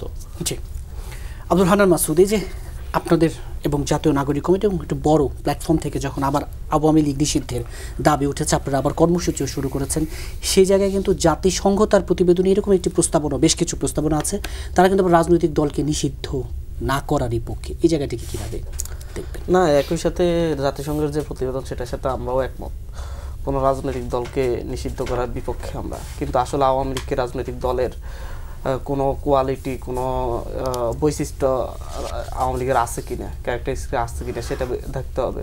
স্বাধীনতার পর থেকে আওয়ামী লীগ কেমন রাজনীতি করেছে সেটা দেখতে হবে। আওয়ামী লীগ রক্ষী বাহিনী গঠন করেছে, ৭২-এ এসে মানুষের উপর গুম করেছে, খুন করেছে, সেই জহির এখান থেকে শুরু করে গুম যে শুরু এবং বিচার বহির্ভূত হত্যাকাণ্ড, একদম আত্মস্বীকৃতভাবে সিরাজ শিকদারকে হত্যা করে, কোথায় আছে সিরাজ শিকদার, তারপর লুটপাট করে দেশের মানুষের ভোটাধিকার কেড়ে নিয়েছে। ৭৩-এর প্রথম বাংলাদেশের সংসদ নির্বাচন, স্বাধীন বাংলাদেশে, সেই নির্বাচনেই মানুষের ভোটাধিকার কেড়ে নিয়ে হেলিকপ্টার করে ভোট চুরি করে এনে বিভিন্ন জনকে, দলীয় প্রার্থীদেরকে আপনার ঘোষণা করা, সাংসদ ঘোষণা করা, গুম করে দেয়া প্রার্থীদেরকে, এই কাজগুলো ৭৩-এ হয়েছে। ৭৪-এ দুর্ভিক্ষ হয়েছে, তাদের দুঃশাসনের জন্য এই দেশ থেকে মানুষের অর্থ সম্পদ, মানুষের মানে এমনকি খাবার, যেগুলা জাতিসংঘ থেকে, রেড ক্রিসেন্ট থেকে যে অনুদান আসতো সেগুলো পর্যন্ত ভারতে পাচার করে দেওয়ার কারণে দেশে দুর্ভিক্ষ হয়েছিল, লাখো মানুষ না খেয়ে মারা গিয়েছে। এবং দম্বের সাথে বলেছিল যে আমি ক্ষমতায় থাকার কারণে তো মাত্র ৩০,০০০ মারা গিয়েছে, অন্য কেউ ক্ষমতায় থাকলে আরো অনেক বেশি মারা যেত, মানে ৩০,০০০ মাত্র ৩০ কোটি মারা যাইত শেখ মুজিবের। মানে এই যে নির্লজ্জতা আওয়ামী লীগের মানে হচ্ছে নিজেদের মধ্যেই আছে। আওয়ামী লীগ ৭৫-এ এসে বাংলাদেশের গণতন্ত্রকে ধ্বংস করে দিয়ে বাকশাল কায়েম করেছে, সকল সংবাদপত্র নিষিদ্ধ করেছে। স্বাধীন বাংলাদেশে আওয়ামী লীগ সেই ৭২ থেকে ৭৫ শাসন আমল দেখেন, আর ৮ থেকে ২০২৪-এর শাসন আমল দেখেন। আওয়ামী লীগ কোন ক্যারেক্টারিস্টিক্সের দিক দিয়ে আওয়ামী লীগ একটি রাজনৈতিক দলের বিবেচনায় পড়ে? আওয়ামী লীগ তো একটি হত্যাযজ্ঞ করেছে, বারবার হত্যাযজ্ঞ করেছে, ২০১৩ সালে হত্যাযজ্ঞ করেছে, রাজনৈতিক ব্যক্তিদেরকে, রাজনৈতিক নেতৃবৃন্দকে বিভিন্ন মিথ্যা মামলা দিয়ে বিভিন্নভাবে ফাঁসি দিয়েছে, হত্যা করেছে। যখনই ভিন্ন মত এসেছে তখনই তাদেরকে গুলি করে হত্যা করেছে, গুম করেছে, খুন করেছে। বিরোধী দলের প্রতিটা নেতাদেরকে ঘর বাড়িতে থাকতে দেয় না। প্রত্যেকটা নির্বাচন যে কয়টা করেছে, ১৪, ১৮, ২৪, প্রত্যেকটা নির্বাচনে দেশের মানুষের ভোটাধিকার কেড়ে নিয়েছে। না নিজেরা রাজনীতি করছে, না অন্যদেরকে রাজনীতি করতে দিয়েছে। আওয়ামী লীগ এই বাংলাদেশে একটি সন্ত্রাসী সংগঠন, জঙ্গি সংগঠন, যারা বাংলাদেশের মানুষের উপর অত্যাচার নির্যাতন করাই তাদের রক্তের সাথে মিশে আছে, যাদের প্রত্যেকটা নেতাকর্মী চুরি করে, সন্ত্রাস করে, কেন্দ্র দখল করে, মানে হচ্ছে এটাই হচ্ছে তাদের বৈশিষ্ট্যের সাথে সেই স্বাধীনতার পর থেকে। এখন আমার কাছে বিষয়টা একেবারেই স্পষ্টত আমি একটা বিষয় মনে করি যে আওয়ামী লীগ তো আসলেই কোনো রাজনৈতিক দল না। যদি রাজনৈতিক দল হতো, গণতন্ত্রের প্রতি তাদের শ্রদ্ধাবোধ থাকতো, যদি তারা গণহত্যা না করতো, যদি তারা হচ্ছে ভোট চুরি না করতো, যদি হচ্ছে তারা মানুষের ধন সম্পদ লুটপাট করে না খেত, যদি তারা এদেশ থেকে অর্থ পাচার না করতো, মানুষের মৌলিক অধিকার হরণ না করতো, তাহলে আওয়ামী লীগ রাজনৈতিক দল। অর্থাৎ আওয়ামী লীগ নিষিদ্ধ ছাড়া আসলে কোনো বিকল্প তারা নেই। হচ্ছে কোনো রাজনৈতিক দল নিষিদ্ধ হবে না। আমরা বিএনপিকেও নিষিদ্ধ করতে বলতেছি না, জামাতকেও করতে বলতেছি না, বাম দল ডান দল কাউকে বলতেছি না। আমরা শুধুমাত্র আওয়ামী লীগ নামক একটা সন্ত্রাসী সংগঠনকে আমরা নিষিদ্ধের কথা বলছি, এবং সেটা নিষিদ্ধ করতেই হবে। আওয়ামী লীগ নিষিদ্ধ না করে বাংলাদেশে আগামীতে কোনো নির্বাচন হবে সেটা মানে হচ্ছে সেটা দিবা স্বপ্ন। সেটা যদি হচ্ছে 10 জন মানুষও যদি হচ্ছে প্রতিবাদ করে, আমরা তো মাত্র মানে হচ্ছে এই যে একটা গণঅভ্যুত্থান, একটা লড়াই সংগ্রাম, এগুলো মূলত হচ্ছে ছোট ছোট গ্রুপ থেকে কিন্তু শুরু হয়ে এটা বড় হয়। তো সেখান থেকে যদি 10 জন মিলেও যদি প্রতিবাদ করতে হয়, সেখানে আমিও একজন থাকবো। জি, এই প্ল্যাটফর্মে এবং বড়ভাবেও কিন্তু রাজনীতি মাঠে এই আলোচনাটা আছে। বেশ মোটা দাগে বেশ কিছু জায়গায় অন্তর্বর্তী সরকারের দুর্বলতা বলি, কিছু জায়গায় কিছু নমনীয়তা বলি আছে। এই জায়গাগুলোতে কীভাবে দেখছেন, এবং এই জায়গায়ও যে এই যে আপনাদের আন্দোলনেরই তো ফসল এই সরকার, আপনারাও তো বলেন আমরাও বলি, সেই জায়গায় যখন এই যে 5 থেকে 7 ফেব্রুয়ারি যে ঘটনাগুলো ঘটলো, আইন শৃঙ্খলা পরিস্থিতি কিছুটা নাজুক, সরকার আবার প্রশ্নের মুখে, মানবাধিকার লঙ্ঘনের কিছু অভিযোগের কথা জাতিসংঘ বলছে, সেই জায়গায় সরকারের জন্য সরকারের কাছে আপনাদের কি দেখেন? সরকারের কাছে তো আমাদের অনেকগুলো চাওয়া আছে, সরকার অনেকগুলো চেষ্টা করতেছে, পূরণ করতেছে। বাংলাদেশে 5ই আগস্টের পর বা আগ থেকে পুলিশ বাহিনী নেই, এটা ধ্বংস হয়ে গিয়েছে। এটাকে দিয়ে আপনি এখন চোর ধরা মানে হচ্ছে একজন ঘরে চোর প্রবেশ করলে সেই চোর ধরারও সক্ষমতা পুলিশের নেই। বাস্তবতা হচ্ছে সেই জায়গায়। কিন্তু আর্মি সেই দায়িত্বটা নিয়েছে নিজ থেকেই। সেনাপ্রধান প্রথম বক্তব্যই বলেছিলেন যে হচ্ছে দেশকে স্থিতিশীল করবেন উনি, এবং হচ্ছে দেশে যে হত্যাযোগ্য হয়েছে সেটার বিচার করবেন, অপরাধীদের কাউকে ছাড় দেবেন। এগুলো সব সেনাপ্রধান কিন্তু আমাদেরকে কথা দিয়েছেন সেই ভাষণে। তার পরবর্তীতে ম্যাজিস্ট্রেসি পাওয়ার নেওয়া হয়েছে, সামরিক বাহিনী ম্যাজিস্ট্রেসি পাওয়ার নিয়েছে, ধাপে ধাপে সারা দেশে ম্যাজিস্ট্রেসি পাওয়ার নিয়েছে। এখন একটু অভিযান চলছে। আমি বলছি 3 মাস 3.5 মাস আগে ম্যাজিস্ট্রেসি পাওয়ার নেওয়া হয়েছে। তো এই 3 মাস 3.5 মাসে সামরিক বাহিনী কি করছে, কেন তাদেরকে নিষ্ক্রিয় রাখা হয়েছে, এটা অবশ্যই হচ্ছে আমরা আর্মির কাছে প্রশ্ন করবো, সেনাপ্রধানের কাছে কোশ্চেন করবো। সেনাপ্রধান গোয়েন্দা সংস্থাগুলা, যে আর্মির যে নিজস্ব গোয়েন্দা সংস্থাগুলো আছে, সেগুলোতে কতটুকু পরিবর্তন এনেছে, কি করেছে, এই জায়গা থেকে স্পষ্টত হচ্ছে আমি দেখছি যে হচ্ছে সেনাপ্রধান সহ আর্মির একটা সদিচ্ছার অভাব, সামরিক বাহিনীর একটা সদিচ্ছার অভাব সব জায়গায় লক্ষ্য করছি। উপরন্তু এটা প্রতিবাদ করতে গেলে আমাদের উপর আপনার হচ্ছে হেনস্থা করার চেষ্টা করা হয়। আমি আজকে এই যে আপনাদের বাংলা ভিশনে বসেই স্ট্রিক্টলি বলতে চাই, যতটুকু জানছি ডিজিএফআই থেকে বলা হয়েছে যে হচ্ছে আমি মধ্যস্থতা করে আওয়ামী লীগের এমপির জামাইকে, রমনার ডিসি এখানে এবং হচ্ছে স্বরাষ্ট্রমন্ত্রীকে এঙ্গেজ করে, আমি এবং হাসপাত আবদুল্লাহ ভাই এঙ্গেজ করে আমি ওরকে জামিন যোগ্য ধারায় মামলা দেওয়ার জন্য আমরা মধ্যস্থতা করেছি। আমি এখানে স্পষ্টত মানে হচ্ছে ওপেন চ্যালেঞ্জ দিয়ে যাচ্ছি, এর কোনো প্রমাণ ডিজিএফআই দিতে পারবে কিনা যে হচ্ছে না হয় কেন এই ধরনের অভিযোগ দিয়ে আমাদেরকে হেনস্থা করা হচ্ছে। ওনারা আসলে চাচ্ছেনটা কি? ওনারা না পারছেন হচ্ছে আওয়ামী লীগ সন্ত্রাসীদেরকে অ্যারেস্ট করতে, না পারছেন হচ্ছে অর্থ পাচারকারীদেরকে অ্যারেস্ট করতে, না পারছেন হচ্ছে অস্ত্র উদ্ধার করতে। সারা দেশে কতগুলো অস্ত্র উদ্ধার করছে, তাহলে ম্যাজিস্ট্রেসি পাওয়ার নিয়ে আর্মি সামরিক বাহিনী করছেটা কি? অবশ্যই বাংলাদেশের আইন শৃঙ্খলা পরিস্থিতি এখন পুরোপুরি সামরিক বাহিনীর উপর নির্ভর করে, এবং সামরিক বাহিনী কতটা মুভ করবে, কতটা সন্ত্রাসীদের দমন করবে, কতগুলো অস্ত্র উদ্ধার করবে, কতগুলো গণহত্যাকারীদের অ্যারেস্ট করবে, এগুলো পুরোপুরি তাদের উপর নির্ভর করে। এবং তাদের কাছে যে 664 জন ছিল, সেই 664 জনের তালিকা প্রকাশ করুক। এরা আমাদের কাছে ছিল, এদেরকে এইভাবে এত দিয়েছে, এখন তারা কোথায় আছে? তো এগুলো তো আমাদের কাছে স্পষ্ট না। ওরা কারা ছিল? নিরপরাধ থাকলে স্পষ্ট তো বলো, এই নিরপরাধ লোকগুলো আমাদের কাছে ছিল, অপরাধী থাকলে এই অপরাধীগুলো ছিল, আমরা এইভাবে ব্যবস্থা নিয়েছি। আজ পর্যন্ত সেটার কোনো তালিকা প্রকাশ করা নাই, আজ পর্যন্ত সেটা নিয়ে কোনো কথা নেই। মানে বাংলাদেশে আসলে কি ওনারা কি চাচ্ছেন সামরিক বাহিনী? আমার মনে হয় স্পষ্টত সামরিক বাহিনীর পক্ষ থেকে আমাদের জাতির কাছে স্পষ্ট করা উচিত তারা আসলে কি করছেন পরবর্তী সময়ে। জি, মোহাম্মদ রাশেদ খান, এই যে আইন শৃঙ্খলা পরিস্থিতি মাঝে মাঝে এর যে কিছুটা ভঙ্গুর অবস্থা চোখে আসে, 5 থেকে 7 ফেব্রুয়ারির কথা তো বলছিলাম, অপারেশন ডেভিল হান্ট যেটা সারা দেশে চলছে, এগুলো কি শুধু আসলে দিন শেষে মুখ রক্ষার জন্য কিনা, নাকি আসলে কোনো কার্যকর ভূমিকা মাঠে রাখতে পারছে রাজনীতির মাঠে বলি যেখানেই? ধন্যবাদ। হান্নান মাসুদ ঠিকই বলছে। আসলে সেনা হেফাজতে যে 626 জন ছিল, আসলে তারা কোথায়? আমি সেই 5 আগস্টের পর থেকে ধারাবাহিকভাবে আমি এই বিষয়ে কথা বলছি। এমনকি প্রধান উপদেষ্টাকেও আমরা বলেছি যে আপনি দায়িত্ব নিয়ে তালিকাটা প্রকাশ করেন, কারণ আপনি সরকারের প্রধান। আপনি চাইলে আসলে এটি প্রকাশ করা সম্ভব। এই যে এখন অপারেশন ডেভিল হান্ট শুরু করা হয়েছে, ডেভিল পালিয়ে যাওয়ার পরে এই হান্টটা আসলে শুরু হয়েছে। গ্রামগঞ্জে অনেক নিরীহ এবং সাধারণ আওয়ামী লীগের কর্মীদেরকে, সমর্থকদেরকে ধরা হচ্ছে। সামাজিক যোগাযোগ মাধ্যমে আপনি দেখেছেন, সংবাদ দেখেছেন। কিন্তু যারা প্রকৃত অপরাধী তারা কিন্তু বিভিন্নভাবে লেয়াজু করে, বিভিন্ন তদবির করে তারা কিন্তু এখনো পর্যন্ত কেউ লুকিয়ে আছে, পালিয়ে আছে, কেউ বুক ফুলিয়ে ঘুরে বেড়াচ্ছে। এখানে আমাকে যদি বলতে বলেন, আমি কিন্তু তথ্যসহ বলতে পারি, এই সরকারের উপদেষ্টাদের আশপাশে কিন্তু ডামি মামি এমপিরা ঘুরপাক খাচ্ছে। বিভিন্ন আপনার সংগঠনে তারা কিন্তু বিভিন্নভাবে সেখানে পদায়িত হয়েছে। এগুলো হান্নান মাসুদও জানে। এখন এগুলো আসলে কিভাবে হচ্ছে? উপদেষ্টাদের আশকারা ছাড়া হয়? আপনি একজন ব্যক্তিকে আপনি স্বরাষ্ট্র উপদেষ্টা বানিয়েছেন, একই সাথে আমি শুনলাম তিনি কৃষি উপদেষ্টা। এখন এই দুইটা মন্ত্রণালয় এতটা গুরুত্বপূর্ণ, একজন ব্যক্তির মাধ্যমে এই দায়িত্ব পালন করা সম্ভব? আমি একজন উপদেষ্টার APS এর সাথে কথা বলছিলাম, তিনি বলছেন দেখেন আমাদেরকে 2টা মিনিস্ট্রির দায়িত্ব দেওয়া হয়েছে, আমরা তো একটির কাজই করতে পারি না, তাহলে আমরা আরেকটির কাজ কিভাবে করব? আপনি রাষ্ট্র সংস্কারের কথা বলছেন, কিন্তু আপনি এই উপদেষ্টা পরিষদের পুনর্গঠন করছেন না, সংস্কার করছেন না। যারা বলছে যে আগে রাষ্ট্র সংস্কার হতে হবে তারপরে ইলেকশন, তো আপনি রাষ্ট্র সংস্কার কাদের মাধ্যমে করবেন? দুটি মিনিস্ট্রি চালাচ্ছে একজন ব্যক্তি, যেখানে রাষ্ট্রের কোনো সংস্কার হচ্ছে না, রাষ্ট্রের কোনো কাজ হচ্ছে না, এবং এটি সরকারের পক্ষ থেকেই আমাকে বলা হয়েছে যে আমরা পারছি না করতে, এইভাবে হয় না, যা বরল সিচুয়েশন। তো এই জায়গা থেকে যদি আমাদের যতগুলো মিনিস্ট্রি আছে প্রত্যেক ব্যক্তির জন্য একটি করে মিনিস্ট্রি যদি দেওয়া হয় তাহলে রাষ্ট্র সংস্কার সম্ভব। অন্যথা এই সরকারের বর্তমান কাঠামোই রাষ্ট্র সংস্কার সম্ভবপর নয়। হ্যাঁ, অনেকে আসলে রাজনৈতিক কারণে অনেক কথাবার্তা বলছে, অনেক দলকে চাপে রাখার জন্য বলছে যে আগে রাষ্ট্র সংস্কারের পর ইলেকশন, আগে গণহত্যার বিচারের পর ইলেকশন। কিন্তু কথা হলো যে এই সরকারের দুর্বলতা, এই সরকারের যা করা উচিত, যেভাবে কাজ করলে রাষ্ট্র সংস্কার আসলেই সম্ভবপর ছিল, সেগুলো নিয়ে কি কথা বলা হচ্ছে? কথা বলা হচ্ছে না। আমরা এই জন্য বারবার বলছি যে আপনারা এক ব্যক্তি একটি মন্ত্রণালয় চালান, ভালোভাবে চালাতে পারবেন। আমরাও বলছি রাষ্ট্র সংস্কার করেন। আমরা গণ অধিকার পরিষদের পক্ষ থেকে এই সরকারকে ব্ল্যাঙ্ক চেক দিয়েছিলাম, যত সময় লাগে কাজ করেন। কিন্তু কথা হলো যখন দেখছি যে পদে পদে আওয়ামী লীগের পুনর্বাসন চলছে, পদে পদে আওয়ামী লীগকে নানানভাবে আশকারা দেওয়া হচ্ছে। আপনি ডেভিল হান্ট শুরু করেছেন, ওবায়দুল কাদের 3.5 মাস বাংলাদেশের নিরাপদে ছিল, তখন আপনি কেন এই হান্ট শুরু করেননি?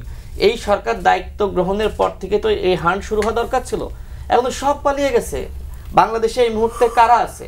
নিরীহ আওয়ামী লীগের সমর্থক যারা ছিল তারা আছে। এখন আপনি যদি এই নিরীহ মানুষকে গ্রেপ্তার করেন তাহলে তো আপনি এই সমাজ রাষ্ট্র ব্যবস্থা ভেঙে পড়বে।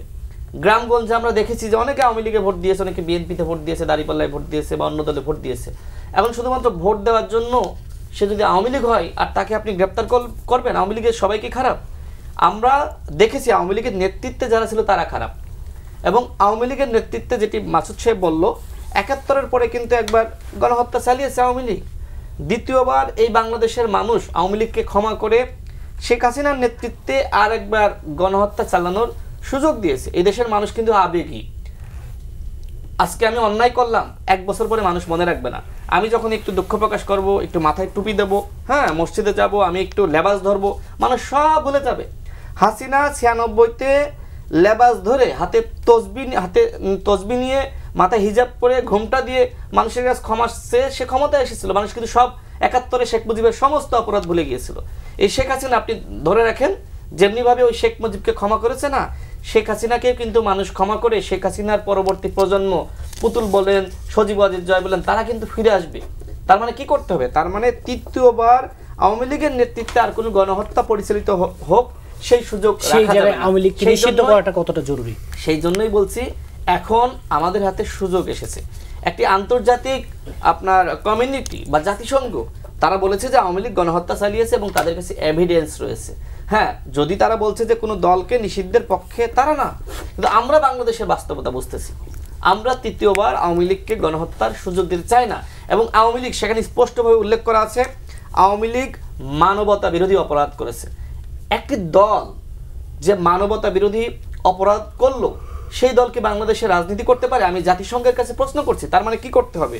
আমি শেষ করি, সেটি হলো যে এই উপদেষ্টা পরিষদের পুনর্গঠন করতে হবে, নিয়োগের স্বচ্ছ নীতিমালা তৈরি করতে হবে, নিয়োগ বোর্ড। এই মুহূর্তে সিটি কর্পোরেশন সহ বাংলাদেশের সকল পৌরসভায় জেলা পরিষদে কিভাবে প্রশাসক নিয়োগ পেল, আমরা সামাজিক যোগাযোগ মাধ্যমে দেখছি জুলকারনাইন স্বামী থেকে শুরু করে অনেকে লিখছে যে টাকার বিনিময়ে নিয়োগ পেয়েছে, লিখছে না, এবং উপদেষ্টাদের কোটায় নিয়োগ পেয়েছে। তো এই যদি হয় রাষ্ট্রের অবস্থা, আপনি অভ্যুত্থান করেছেন, বিপ্লব করেছেন, কিন্তু আপনি রাষ্ট্রের নিয়োগ নীতিমালা তৈরি করতে পারছেন না। এরপরে দেখেন শেখ হাসিনাকে ফিরিয়ে আনার ব্যাপারে সরকার আন্তরিকতার কি ঘাটতি ছিল না? অবশ্যই ঘাটতি ছিল। সরকার এই জন্য যেটি করতে পারত, আন্তর্জাতিক আদালতে কিন্তু মামলা করতে পারত, আন্তর্জাতিক কমিউনিটির সাথে কিন্তু মত বিনিময় করতে পারত যে শেখ হাসিনা গণহত্যা চালিয়েছে, কেন ভারত তাকে জায়গা দিচ্ছে। ভারতের সাথে কিন্তু আমাদের চোখে চোখ রেখে কথা বলতে হবে। ভারতের সাথে এত নতজানু সম্পর্ক করার কোনো প্রয়োজন আছে বলে আমার কাছে মনে হয় না। আমি আরও যেটি বলতে চাই, দেখেন আমরা সবাই মিলে কিন্তু এই রাষ্ট্রটা আমরা গোছাতে চাই, এই রাষ্ট্র গঠন করতে চাই। আমরা যদি আমাদের হাতে, আমি মনে করি একটা সুযোগ এসেছে, এদেশের তরুণ প্রজন্ম, এদেশের সাধারণ মানুষ, তারা কিন্তু আবাবিল পাখির ন্যায় তারা যুদ্ধ করেছে। এটা আপনি কল্পনা করতে পারেন? আমরা রাজনৈতিক দলের পক্ষ থেকে সবসময় বলতাম যে হাসিনা যে কাঠামো তৈরি করেছে, যে শাসন ব্যবস্থা প্রতিষ্ঠা করেছে, ছাত্রলীগ বলে, আপনার পুলিশ বলেন, র্যাব বলেন, বিজিবি বলেন, সব জায়গায় সরকারের প্রশাসন, সব জায়গায় আওয়ামী লীগ। সুতরাং শুধুমাত্র রাজনৈতিক নেতৃত্ব আন্দোলন করে কোনোভাবেই সরকারের পতন ঘটাতে পারবে না।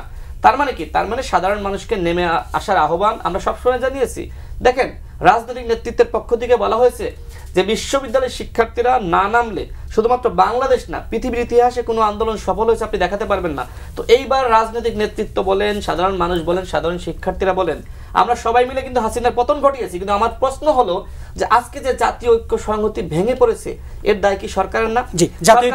সরকারের এক একজন উপদেষ্টা যখন বিদেশি গণমাধ্যমের কাছে বা বাংলাদেশি গণমাধ্যমের কাছে বক্তব্য দেওয়ার সময় নতুন দলকে স্বাগত জানান, নতুন রাজনৈতিক বন্দোবস্তের প্রতি আস্থা রাখেন, আর বলেন যে আগামীতে অন্যরা ক্ষমতায় আসলে আবারও আওয়ামী ব্যবস্থা ফিরে আসবে, তখন কিন্তু জাতীয় ঐক্য সংহতি থাকে না। ধরে রাখতে হবে।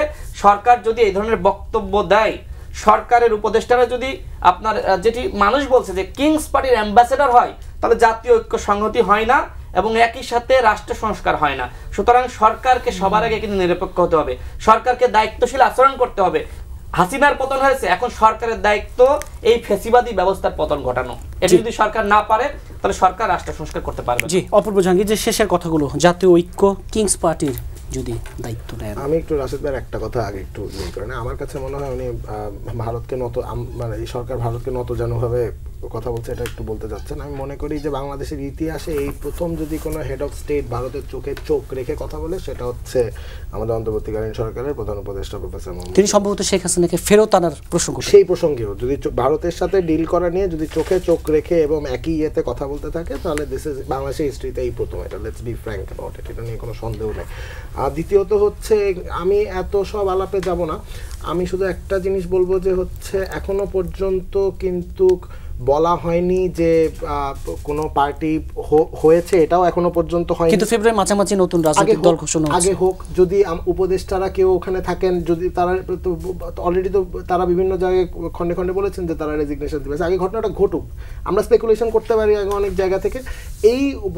এই সরকারের প্রধান উপদেষ্টার কোনো কারণ নেই এই প্রসেসটা লেন্দি করার, এবং তিনি বারবার বলেছেন যে যত তাড়াতাড়ি সম্ভব সবাই চলে যেতে চাচ্ছে, সবার নিজেদের কাজ আছে, কারোর এখানে থাকার কোনো ইয়ে নেই। সো আমি বলতে চাচ্ছি যে এখানে এখন আমরা বিভিন্নভাবে স্পেকুলেশন করতেই পারি, এটা টকশোর অডিয়েন্সের জন্য ভালো, তর্কের জন্য জি না, কিন্তু প্রধান উপদেষ্টা নিজে যখন বলেন যে ছাত্রদের একটা দল করা উচিত, অর্থাৎ তিনি যখন দায়িত্ব থেকে উদ্বুদ্ধ করেন, এই জায়গাটিকে আসলে বলা হচ্ছে ছাত্রদের। আমি তো বলবো যে এখন আরো অনেক জনের দল করা উচিত, শুধু ছাত্ররা কেন, বাংলাদেশের আমাদের পার্লামেন্ট যে মাল্টি ডাইমেনশনাল হবে, এটা তো এখনকার সবচেয়ে বড় কারণ। এটা তো আমি কোনো ইয়ে দেখলাম, দ্যাটস অ্যান ওপিনিয়ন। কিন্তু ছাত্ররা বলেন এই সরকার তাদের সরকার বলেন আপনারা দল করেন, তখন তো আসলে নিজে দল করতে যাচ্ছেন তিনি তো সেটা স্পষ্টই বলেছেন। এবং এখনো পর্যন্ত যারা স্টুডেন্টদের যারা উপদেষ্টা হিসেবে আছেন, দলটাও এখনো পর্যন্ত গঠন হয়নি, তারাও এখনো পদত্যাগ করেছে, করেনি, সেই ঘটনাটা ঘটলে আমি বলছি ঘটনাটা ঘটুক, অপেক্ষা করি, লেটস সি। আমরা ওপিনিয়ন দেই, দ্যাটস ফাইন, মজা লাগে সবার এখন স্পেকুলেট করতে, সো লেটস হ্যাভ ফান। কিন্তু এই জায়গাটি নিয়ে যখন এক ধরনের ধোঁয়াশা তৈরি হয়, তখন এটা জাতীয় ঐক্যে তো প্রভাব ফেলে কিনা? কোনোভাবে দেখছি না ধোঁয়াশা তৈরি হচ্ছে, কারণ আমি আমার জায়গা থেকে যতদূর দেখছি, আমি তো পলিটিক্যাল পার্টির মিটিংগুলোতে থাকি, যখন বিএনপি আসেন, যখন বিভিন্ন দল আসেন, আমি এখানে ভ্রাতৃত্ববোধ ছাড়া আর কিছু দেখি না। এত কোঅপারেটিভ সবাই। সো আমি এখানে জাতীয় ঐক্যর কোনো জায়গায় বাধা পড়ছে, এটা আমার দৃষ্টিতে আমি যে জায়গা থেকে বসে আছি সেই জায়গায় আমি দেখছি না। সো আমি I am not worried about that. জি, শহীদ ইসলাম বাবুল, এই যে জাতীয় ঐক্য নিয়ে বলছেন ছাত্রদের দল অপূর্ব জাহাঙ্গীর সরকারের এক ধরনের অবস্থান ব্যাখ্যা করছে। আমাদের এখানে মেইন অবস্টাকল ছিল হাসিনা এবং তার প্রভু দেশ ভারত। তাদের চাপিয়ে দেওয়া একটা শাসন, অন্যায় শাসন, নিপীড়নের শাসন, লুণ্ঠনের শাসন, সেই ইস্যুতে আমরা ঐক্যবদ্ধ আছি, দিস ইজ ট্রু। কিন্তু মাঝখানে আমাদের মধ্যে ব্যত্যয় হয়েছে, এটা সত্য। হ্যাঁ, বা সরকারের বিশেষ করে প্রফেসর ইউনূস সাহেব নিশ্চয়ই উনি সরল স্বীকারোক্তিও হয়তো আছেন। হ্যাঁ, উনি যখন বলেন যে এটা ছাত্রদের সরকার, আমরা ধরেই নেই ছাত্ররা রাজনীতি দল করবে না। ছাত্ররা যখন ছাত্রদের সরকার, আবার তাদেরকে যখন রাজনৈতিক দল করতে উনি উৎসাহ দেন, তখন এর মধ্যে একটা ছন্দপতনের ব্যাপার আসে বা সন্দেহ বা অবিশ্বাসের ব্যাপার আসে। উনি হয়তো সরল স্বীকারোক্তির কারণেই উনি করেছেন, এটা দোষের না। এই বিষয়গুলো অন্যান্য রাজনৈতিক দল ভিন্নভাবে দেখতে পারে। হ্যাঁ, ভিন্ন যারা যেটা লেভেল প্লেইং ফিল্ডের কথা বলা হয়, হ্যাঁ, সেটা একটা ইস্যু আছে। আর আমাদের যে ডেমোক্রেসির ট্রান্সফরমেশনটা লাগবে, এটা তো যত দ্রুত হয় ততই মঙ্গল। এখানে ধরেন এই যে অনৈক্যের পরিবেশ কেন হচ্ছে, যখন আমাদের মধ্যে এক একজন আমরা লাগাম ছাড়া কথা বলে ফেলি, আমরা জিয়াবাদ রাখবো না, মুজিববাদ তো রাখবোই না, ঠিক আছে, তারপরে বিএনপি 11 আমদানি করার জন্য ষড়যন্ত্র করতেছে। হ্যাঁ, এই যে এই শব্দগুলা বা আচরণগুলা, বা আপনি সব কিছু বাদ দিয়ে যখন শুধু সংস্কার বিএনপিকে আপনি ব্লেম করেন, বিএনপি কেন নির্বাচনের কথা বলে, তাদের কথা বলছে না, এই বিষয়গুলো যখন হয় না, একজন আরেকজনকে আমরা ব্লেম গেম যখন শুরু করি, তখন আমাদের মধ্যে একটা অনৈক্যের পরিবেশ তৈরি হয়। আর সরকারের কি উপদেষ্টাদের মানে কথাবার্তা বা চলন বলন, সেটাই মনে হয়। আর এটা তো একটা সত্য যে সরকারের মধ্যে এখনো 3 জন উপদেষ্টা আছেন বৈষম্যবিধি ছাত্রের। হ্যাঁ, এবং তারা তো রাজনীতি বৈষম্যবিধি ছাত্রদের প্ল্যাটফর্ম থেকেই তারা গিয়েছেন। হ্যাঁ, এটা তখন যারা রাজনৈতিক দল, এখানে আরও অনেকগুলো বিষয় আপনি খোলামেলা যদি আপনি শুনতে চান, তাহলে আমি বলতে পারি, যেমন এলজিডি মন্ত্রণালয়, হ্যাঁ, একটা বৃহৎ মন্ত্রণালয়। তো এই মন্ত্রণালয় সবসময় পাওয়ার পার্টিতে যারা থাকে তাদের সেক্রেটারি জেনারেলকে এখানে দেয়। কেন দেওয়া হয়? তার একটা মনস্তাত্ত্বিক কারণ হলো যে সারা দেশে উন্নয়ন করা বা দলের নেতাকর্মীরা কোনোভাবে সম্পৃক্ত থাকে। যদিও প্রক্রিয়াটা সঠিক কি বেঠিক সেই আলোচনা ভিন্ন। এখানে দীর্ঘদিনের আওয়াজ, যদিও ওবায়দুল কাদের সাহেব ছিলেন না, বা তিনি ইচ্ছে করেই যেতে চান নাই, তিনি ওই মন্ত্রণালয়ে মজা পেয়েছিলেন, রেল পরিবহন এবং সড়ক মন্ত্রণালয়, তো সেই কারণে হয়তো উনি যাননি। কিন্তু বিগত 3 দশকের রাজনীতি আমরা তাই দেখছি বাংলাদেশে। তো এখন ছাত্রদের মধ্য থেকে আপনার এলজিআরডি মন্ত্রণালয় দেওয়া হলো, জনপ্রশাসন একরকম বদল করে দেওয়া হলো, তারপরে পুলিশের আইজিকে বদল করা হলো, তারপরে ডিএমপি কমিশনারকে বদল করা হলো। এগুলো একটা মেসেজ, কানাঘুষা যাই বলেন, মানুষের মধ্যে যে ছাত্রদেরকে পথ প্রশস্ত করে দেওয়ার জন্য তাদের ইচ্ছা মতো। এর আগে নানান ধরনের কথা উঠেছে, ডিসি এসপি এদের বদল, এদের প্রমোশন পোস্টিং, এগুলো নিয়েও কথা হচ্ছে, কতটুকু সত্য কতটুকু মিথ্যা সেটা কিন্তু এই আলোচনাগুলো কিন্তু আছে। এই বিষয়গুলো পরিষ্কার যদি থাকে তাহলে কোনো সন্দেহ আর অবিশ্বাসের কোনো ব্যাপার থাকবে না। ছাত্রদেরকে আমরা ওয়েলকাম করব। ছাত্ররা আমাদের বিরোচিত একটা কাজ করেছে আমাদের এই ফ্যাসিবাদ উৎখাতে। তবে তারা রাজনীতিতে তো আসতে পারবে, অবশ্যই আসতে পারবে, এবং আমরা স্বাগতম জানাবো। তবে আমরা আশা করব যে তারা কোনো রকম মানে বিতর্কের ঊর্ধ্বে থেকে তারা যদি রাজনীতিতে অবস্থান করে, নিশ্চয়ই তারা ভালো করুক, ভালো করবে, এটা আমরা কামনা করব। জি, আব্দুল হান্নান মাসুদ, যে রাজনীতিতে কিছুটা ছন্দ পতনের আভাস, লেভেল প্লেইং ফিল্ড, আপনারা রাজনীতি করেন, নতুন দল করেন, কিন্তু এই যে লেভেল প্লেইং ফিল্ডটা যেন থাকে, ছাত্রদের জন্য কোনো বাড়তি সুযোগের পথ প্রশস্ত করে দেওয়া না হয়। না, আমি শুনছিলাম সকলের কথা খুব মনোযোগ দিয়েই। আমার তখন চোখের সামনে ভাসছিল যে কিছুদিন আগে পড়ছিলাম যে জনাব তারেক রহমান সাহেব বলছিলেন যে হচ্ছে ছাত্ররা নতুন দল করবে, তরুণরা এগিয়ে আসবে রাজনীতি, এটা আমরা সাধুবাদ জানাই, আমরা সকল ধরনের সহযোগিতা রাখবো এর প্রতি। এখন ডক্টর মোহাম্মদ ইউনূস যে ভাষায় কথা বলেছেন, মোটামুটি তারেক রহমান একই ভাষায় কথা বলেছেন। এমনকি বেগম জিয়ার সাথে যখন আমাদের সিনিয়ররা সাক্ষাৎ করেছে, আমি একটা বিশেষ কারণে সাক্ষাৎ করার সুযোগ পাইনি, তো হচ্ছে তখন বেগম জিয়াও বলেছিলেন তোমরা রাজনীতিতে আসো, তোমরা নতুন রাজনীতি করো, তোমাদের দিয়ে হবে, এরকম একটা উৎসাহ আছে। এখন আমি জানি না এর কারণে কি হচ্ছে বিএনপি থেকে আবার তারেক রহমানকে বহিষ্কার করা হয় কিনা, যে হচ্ছে উনি নিজ দল রেখে কেন ইয়াকে সহযোগিতা করবে বা হেল্প করবে, এরকম হতে পারে।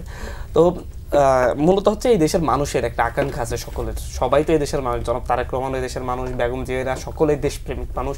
এবং আমার খুব মাঝে মধ্যে আমি পড়ি বিভিন্ন ইতিহাস যে বেগম জিয়ার ওই যে পুরাতন পেপার কাটিং জাতিসংঘে ফানি বন্টন নিয়ে, জাতিসংঘে ভারতের বিরুদ্ধে নালিশ দেয়া, সীমান্ত হত্যা নিয়ে নালিশ দেয়া, গত 16 বছর তো সেক্ষেত্রে কিচ্ছুই করে নাই। বেগম জিয়া চোখে চোখ রেখে বাংলাদেশ ভারতের বিরুদ্ধে চোখে চোখ রেখে উনি দেশ শাসন করেছেন, এবং ওনাকে হেনস্থা করার জন্য এই দেশে কত জঙ্গি নাটক সাজানো হয়েছে ভারতের ইয়ে থেকে, এরকম অনেক কিছু মানে রাজনৈতিক সচেতন হিসেবে পড়তাম। এবং সেই জায়গা থেকে আমার কাছে বেগম জিয়া রাজনীতিতে আমার সবচেয়ে পছন্দের মানুষ, এবং আমার আইডল হিসেবে আমি মেজর জিয়াকেই মনে করি পলিটিক্যাল আইডল হিসেবে। কারণ আমি মনে করি উনি যে কয় বছর দেশটা শাসন করেছেন সেটাই স্বর্ণযুগ ছিল। এরপর থেকে হয়তো বাংলাদেশের মানুষ সেই রকম আর শাসন দেখতে পাইনি। কিন্তু এই জন্য এই দেশপ্রেমিক সকল মানুষই চায় যে ছাত্ররা যারা অভ্যুত্থান করেছে তারা একটা নতুন রাজনৈতিক দল করুক, তারা একটি নতুন রাজনৈতিক বন্দোবস্তের যে কথা বলছে সেইটা বাস্তবায়ন করুক, এবং দেশপ্রেমিক সকলেই চাই সেটা বিএনপি করুক, জামাত করুক বা কিন্তু যে বাড়তি সুবিধা এখন বাড়তি সুবিধা বলতে কোনটাকে বোঝাচ্ছে আমি জানি না। কারণ দেখেন আইন শৃঙ্খলা পরিস্থিতি আইজিপি তো আমাদেরকে হওয়ার সুযোগই নেই। একই সাথে আইজিপি ডিএমপি কমিশনার বলেন এবং অ্যাটর্নি জেনারেল, দুইটা বিষয়ই মূলত সারা দেশের মোটামুটি আইন শৃঙ্খলা পরিস্থিতি নিয়ন্ত্রণ করে আইন এবং স্বরাষ্ট্র জনপ্রশাসনে এতে আছে। তো আইন এবং স্বরাষ্ট্র দেখেন পুল লিডারশিপ কিন্তু বিএনপি জামাতের হাতে, ওদের মধ্যে আবার স্বাস্থ্য নিয়ে দেখছেন যে এনডিএফ এবং বিএনপি যেই সংগঠন তাদের মধ্যে এক ধরনের মারামারি হয়েছে, হাতাতে হয়েছে স্বাস্থ্যের ডিজিকে নিয়ে, মানে কিন্তু আব্দুল হাকিম মাসুদ একটি কথা রাজনীতির মাঠে আছে যে আপনাদের তিনজন উপদেষ্টা কথার কথা যদি পদত্যাগ করে আসেন আপনারা চাচ্ছেন আবার উপদেষ্টা পরিষদেও থাকতে, এই ধরনের একটি আলোচনা আছে। আমি একটু বিষয়টাকে ক্লিয়ার করতে চাচ্ছি এভাবে যে আসলে আমি এই বিষয়ে কনফার্ম যে আসলে কি লেভেল প্লেইং ফিল্ড থাকবে কিনা, যেখানে আমরা খুঁজে এখন পোস্টিং দেওয়া হচ্ছে, বিএনপি পন্থী জামাতপন্থী কে আছে তাদেরকে খুঁজে ভালো ভালো জায়গায় পোস্টিং দেওয়া হচ্ছে। এখন ছাত্রদের তো আর নিজেদের পন্থী কেউ নেই, বাস্তবতা এরকম।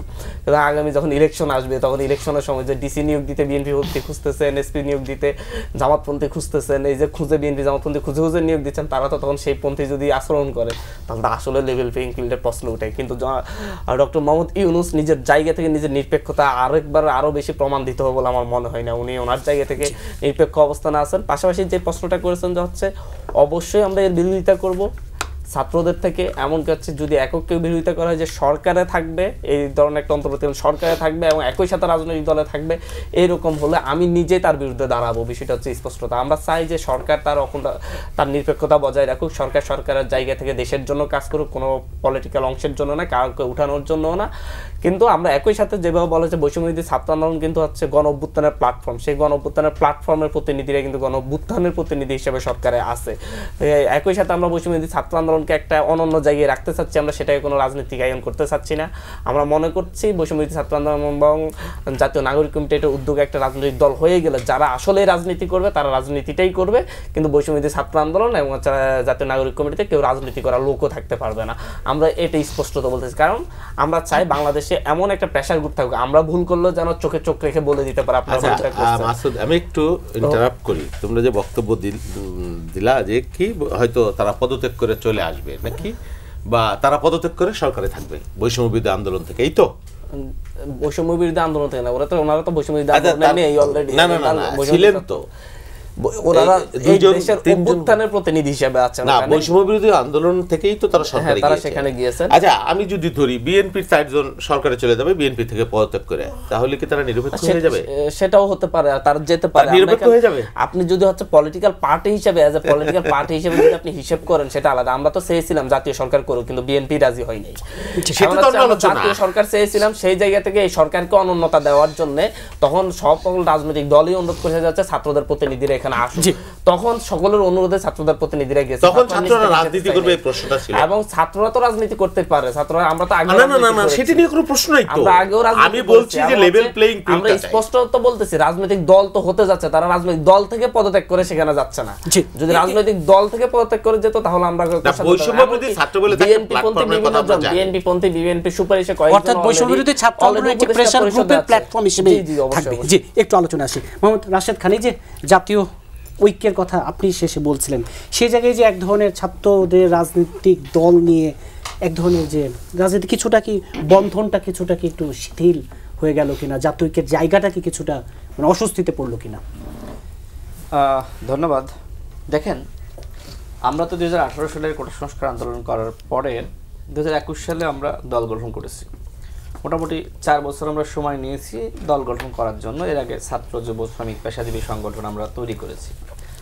সেই অভিজ্ঞতা থেকেই বলবো যে দল গঠন একটি জটিল এবং কঠিন প্রক্রিয়া, এবং দল গঠন একটি ধারাবাহিক প্রক্রিয়ার মধ্যে থেকে কিন্তু দল গঠন করতে হয়।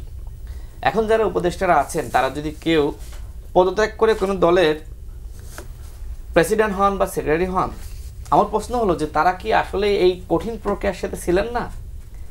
তারা যদি বলেন যে না আমরা নিরপেক্ষ আমরা ছিলাম না, আমাদেরকে এনে তারা অফার দিয়েছে, বলেছে যে দলের প্রধান হন, আমরা রাজি হয়ে গিয়েছি। আচ্ছা, সেই অফারও যদি দেয় সেটাও কি উচিত? কারণ কি? কারণ হলো ছাত্রদেরকে এখানে ওয়াজ ডগের ভূমিকায় মানুষ পাঠিয়েছে, হান্নান মাসুদের ভাষায়। খুব ভালো কথা। এবং তারা প্রেসার গ্রুপ হিসেবে যতক্ষণ না পর্যন্ত রাষ্ট্র সংস্কার, ন্যূনতম রাষ্ট্র সংস্কার অন্তত, আমি পুরোটা চাচ্ছি না, কারণ পুরোটাই সরকারের পক্ষে সম্ভব না, কারণ একটি ধারাবাহিক প্রক্রিয়া রাষ্ট্র সংস্কার। যতক্ষণ না সেই সংস্কার হচ্ছে, তাহলে কি তাদের পদত্যাগ করা উচিত? আপনি বয়ানটা কি দিয়েছেন? রাষ্ট্র সংস্কার। আপনি রাষ্ট্র সংস্কার করে যদি না করে আপনি যদি পদত্যাগ করেন, তাহলে মনে কি হবে যে রাষ্ট্র সংস্কার আসলে আপনার মূল উদ্দেশ্য ছিল না। আপনার মূল উদ্দেশ্য ছিল সরকারের সুযোগ সুবিধা ব্যবহার করে আপনার জনপ্রিয়তা তৈরি করে এবং দল গঠন করা। এটা কি, এটার ব্যাখ্যা দেওয়ার মতন কারোর কাছে ভাষা নাই, আমি জানি। ব্যাখ্যা দেওয়ার কোনো ভাষা নাই, ব্যাখ্যা দেওয়ার সুযোগও নাই। এখন যেটি বলবে, যদি কেউ ব্যাখ্যা দিতে চায়, সে মিথ্যা বলবে। এবং এটি সত্য যে ধারাবাহিক এই প্রক্রিয়ার মধ্যে না থাকলে, যদি ধরেই নেন যা বলবে মিথ্যা হবে, ধারাবাহিক এই প্রক্রিয়ার মধ্যে না থাকলে একটা দল গঠিত হয় না। আচ্ছা, আমি আসি। এরপরে দেখেন, হান্নান মাসুদ বললেন যে প্রেসিডেন্ট জিয়াউর রহমান তার আইডল। আবার প্রেসিডেন্ট জিয়াউর রহমানকে যখন জিয়াবাদ করেন তার সঙ্গী সাথীরা জিয়াবাদ বলেন, তখন তিনি প্রতিবাদ করেন না। আবার করেছি, আপনি আমার পোস্টার দেখেন, আমি সেদিন সাথে সাথে লিখে প্রতিবাদ করেছি। আপনি আমার আইডিতে ঢুকে এখনই পোস্টার দেখেন, কারণ আমরা এখানে লেজুট দেখি না। আমরা কে কি বললো, আমার মতবাদ আমার। যখন নাসির ভাই জিয়াবাদ বলে একটা শব্দ উচ্চারণ করেছেন, তখন তার সাথে সাথে সেদিনই আমি লিখে প্রতিবাদ করেছি যে মেজর জিয়া এই শাসনটা স্বর্ণযোগ, জিয়াবাদ বলতে বাংলাদেশে কোনো অস্তিত্ব নেই। ঠিক আছে, এখন তিনি সুতরাং আমরা এরকম অন্ধভাবে অনুসরণ করি না। একদিকে তার আইডল, আবার তার আইডলের দলের যদি কেউ আবার এই সরকারে নিয়োগ পায়, সেটারও তিনি এক ধরনের কটাক্ষ করছেন। কারণ বিষয়গুলো বোঝেন। যাই হোক, ছাত্ররা অবশ্যই দল গঠন করতে পারে এবং সেটি তারেক রহমান সাধুবাদ অবশ্যই জানাতে পারে। আমরাও সাধুবাদ জানিয়েছি। এখন আমরা সাধুবাদ জানানো আর আমাদের প্রধান উপদেষ্টা সাধুবাদ জানানো কি এক? কোনোভাবে এক না, কারণ প্রধান উপদেষ্টা তো বিএনপি, বৈষম্যবিরোধী ছাত্র আন্দোলনের, গণ অধিকার পরিষদের, বাংলাদেশের সমস্ত ইসলামিক সংগঠন, বাম সংগঠন, সমস্ত মধ্যপন্থী সংগঠন, ইভেন আওয়ামী লীগেরও। হ্যাঁ, না আওয়ামী লীগের সেটা ঠিক আছে, আলাদা কথা। আওয়ামী লীগের নিরীহ নেতা কর্মীদের হতে পারে, মানুষের তো ফ্যাসিবাদের দোসররা তো প্রধান উপদেষ্টা যে বলছিলেন যে হচ্ছে বিএনপি না চাইলে, বিএনপি যেহেতু চাচ্ছে না আওয়ামী লীগ নিষিদ্ধটা, এ ব্যাপারে তার দ্বিমত আছে, সেহেতু আমরা করবো না। তাহলে কি উনি শুধু বিএনপির হয়ে গিয়েছেন? আচ্ছা, এই কথা বলার কারণে আমি একটু নির্বাচন নিয়ে আবার, হ্যাঁ আমি সেটা হলো যে ছাত্ররা একটি দল করুক, আমরা সাধুবাদ জানাই, কিন্তু সেই দলটা যারা আন্দোলন সংগ্রামের মাধ্যমে উঠে এসেছে তাদেরকেই করতে হবে। এবং অন্যরা যদি করতে চায়, মানে অন্যরা যদি আসতে চায় দলে পদত্যাগ করে আসতে হবে, এটি কোনো কথা হতে পারে না। অন্যদেরকে দেশের মানুষ তাদের উপর আস্থা বিশ্বাস রেখেছে যে তারা রাষ্ট্র সংস্কার করবে, এবং এইখানে ছাত্ররা 3 জন বিপ্লবে ছিল, বাকি উপদেষ্টারা কিন্তু বিপ্লবে ছিল না। এবং সেক্ষেত্রে উপদেষ্টা নাহিদ ইসলাম কিন্তু বিপ্লবের প্রধান মুখপাত্র। এবং সেই প্রধান মুখপাত্র যদি এই সরকার থেকে চলে আসেন, তাহলে কিন্তু এই যে অন্যান্য উপদেষ্টারা যারা কোনো কাজই এক ধরনের করছে না, সরকারের 3-4 জন উপদেষ্টা ছাড়া কিন্তু কেউ কাজ করে না, সবাই অলস সময় কাটায়, বোঝে না কাজ, দুর্বল, অসুস্থ থাকে। তো এর মাধ্যমে আসলে রাষ্ট্র সংস্কারটা হবে না। এই সরকারি উপদেষ্টা নাহিদ থাকার কারণে একটা মানুষের একটা আকাঙ্ক্ষা, প্রত্যাশার জায়গাটা আছে, কিন্তু নাহিদ সাহেব যখন পদত্যাগ করবেন, তখন কিন্তু মানুষ এক ধরনের হতাশ হবে যে আমরা আস্থা বিশ্বাস রেখেছিলাম যে অন্তত নাহিদ সাহেব থাকলে এই সরকারের অন্যান্য উপদেষ্টারা কিছুটা হইলেও হয়তো ভয় পাবে, কিছুটা হইলেও কাজ করতে বাধ্য থাকবে। কিন্তু তিনি যখন পদত্যাগ করবেন, তখন কিন্তু রাষ্ট্র সংস্কার মাঠে মারা যাবে। আমি আর কয়েকটি কথা বলি। আপনার কাছে আসছে, আমি একটু নির্বাচন নিয়ে একটু, আচ্ছা নির্বাচন নিয়ে বলার আগে এই বিষয়টা শেষ করি। আপনার কাছে আপনি আমাকে জাতীয় ঐক্যের কথা বলেছিলেন।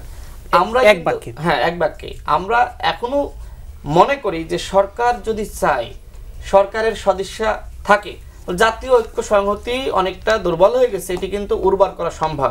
সেক্ষেত্রে আমরা বারবার বলছি যে প্রধান উপদেষ্টাকে সমস্ত দলকে ডাকতে হবে। জাতীয় ঐক্য কমিশন গঠিত হয়েছে, আমরা স্বাগত জানাই। শুধুমাত্র জাতীয় ঐক্য কমিশনের মাধ্যমে কিন্তু এই যে অনাস্থা সেটি ফিরে আসবে না। সেক্ষেত্রে প্রধান উপদেষ্টাকে সকল দলকে আবার আস্থায় ফিরিয়ে আনার জন্য অন্যান্য আর যে ব্যবস্থা নেওয়া যায় সেই ব্যবস্থা কিন্তু তাকে নিতে হবে। জি, অপূর্ব জাহাঙ্গীর, যে নির্বাচনের কথা আসছে, আজকেও দুবাই প্রধান উপদেষ্টা বলেছেন যে প্রয়োজনীয় সংস্কার শেষে এই বছরের ডিসেম্বরে নির্বাচনের আশা প্রকাশ করেছেন তিনি। এই ডিসেম্বরে নির্বাচন কি কিছুটা বিএনপির চাপের কারণে কিনা একটু পরিষ্কার করবেন? আর হচ্ছে এই যে জাতীয় ঐক্যের জন্য যে জায়গাটি বলছিলেন মোহাম্মদ রাশেদ খান, প্রথমত হচ্ছে যে ডিসেম্বরের নির্বাচন তো আমরা প্রথম থেকেই বলে আসছি, রাজনৈতিক দলগুলো যখন চাবে নির্বাচন ঠিক তখনই দিয়ে দেওয়া হবে, নো কোয়েশ্চেনস অ্যাবাউট ইট। এবং উনি বলেও দিয়েছেন যে অল্প কিছু সংস্কার হলে এতদিন, আর তার চেয়ে আরেকটু বেশি সংস্কার হলে এতদিন। সো এটা এখনো পর্যন্ত that is still on paper, এবং সেটা সেই অনুযায়ী আমরা আগাচ্ছি এখনো পর্যন্ত। এবং প্রধান উপদেষ্টা এখনো পর্যন্ত কোনো স্পেসিফিক তারিখ দেয়নি, যখন দিবে we have bin transparent so far, আমরা সাথে সাথে জানিয়ে দিব। সো নির্বাচন প্রশ্ন নিয়ে আমার মনে হয় যে এখানে কোনো দোয়াশা চাপে কি আছে কিনা নির্বাচন, আমি আমার এন্ড থেকে যেরকম দেখছি সেরকম কোনো চাপ আমি অ্যাটলিস্ট আমার এন্ড থেকে দেখছি না। বা রাজনৈতিক রেটরিক অনেক কিছু বলতে পারে, বাট ফ্রম মাই এক্সপিরিয়েন্স আমি তো দেখছি যে সবাই প্রচণ্ড কোঅপারেটিভ। শনিবার প্রথম জাতীয় ঐক্যমত্য কমিশনের বৈঠক, মোহাম্মদ রাশেদ খান বলছিলেন যে শুধু এই ধরনের বৈঠক দিয়ে নাই, মানে আরও কিছু জায়গায় ফোকাস করা দরকার ঐক্যের জন্য। রাশেদ ভাইয়ের আমি মুগ্ধ হয়ে রাশেদ ভাইয়ের কথা, এত ইনফরমেশন আমার কাছে মনে হচ্ছিল যে আমি যেখানে কাজ করি ওখানেই হয়তো আমি এত ইনফরমেশন পাই না, রাশেদ ভাই যতগুলো ইনফরমেশন পাই, গুড থিং, আমি অনেক কিছু জানতে পারছি। বাট আমার কাছে মনে হয় ঐক্য যথেষ্ট আছে, এবং আমরা বারবার বাংলাদেশের পলিটিক্যাল পার্টিগুলো একসাথে কিন্তু ঐক্যের প্রমাণ বারবার দিয়ে যাচ্ছে। আমরা এতগুলো একটার পর একটা ক্রাইসিসের মধ্যে দিয়ে যাই, কিন্তু we have as a country we have been strong and we are becoming stronger day by day. So আমি মনে করি না এখানে কোনো অন্য কোনো ঝামেলা আছে। এখন আমাদের যেটা সংস্কার কমিশনগুলোর রিপোর্ট চলে এসেছে, now it's time to have the dialogue, যে আমরা দেখবো যে পলিটিক্যাল পার্টিরা কি চাচ্ছে না চাচ্ছে, কত দূর চাচ্ছে, কোনগুলোতে একমত পোষণ করছে, কোনগুলো ডিবেটেবল। এখন তো now this will be the most interesting part of this year, যে আমরা এখন কিভাবে এটা ন্যাভিগেট করবো। সো এই একমত হওয়াটা তো খুব কি সহজ হবে? একমত হওয়া তো কখনোই সহজ না, কিন্তু এই প্রসেসটাই তো ইজ আ ডেমোক্রেটিক প্রসেস। যে এটা তো একটা কনসেনসাস বিল্ড আপ তো হচ্ছে, মানে তাহলে পুরো আমরা তো বলছি যে আমরা তো যেহেতু প্রত্যেক জনগণের কাছে যেতে পারছি না, পলিটিক্যাল পার্টিগুলোর মাধ্যমে কিন্তু আমরা পুরো দেশের রিপ্রেজেন্টেশনটা জানতে পারছি।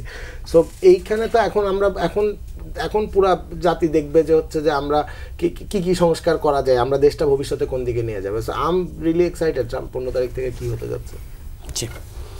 শহীদুল ইসলাম বাবুল, নির্বাচন নিয়ে কথা বলবো। এই যে ডিসেম্বরে নির্বাচন, বিএনপি কতটা প্রস্তুত, এবং নির্বাচন যত ঘনিয়ে আসছে, আপনারা যারা একত্রে আন্দোলন করেছেন তাদের মাঝে বেশ কিছু মতবিরোধ দেখা যাচ্ছে। আনুপাতিক হারে নির্বাচন নিয়ে আজকেও জামাত বিএনপি এক ধরনের পাল্টাপাল্টি অবস্থান, আগে স্থানীয় নির্বাচন, আগে জাতীয় নির্বাচন, এই যে ঐক্যের জায়গাটা।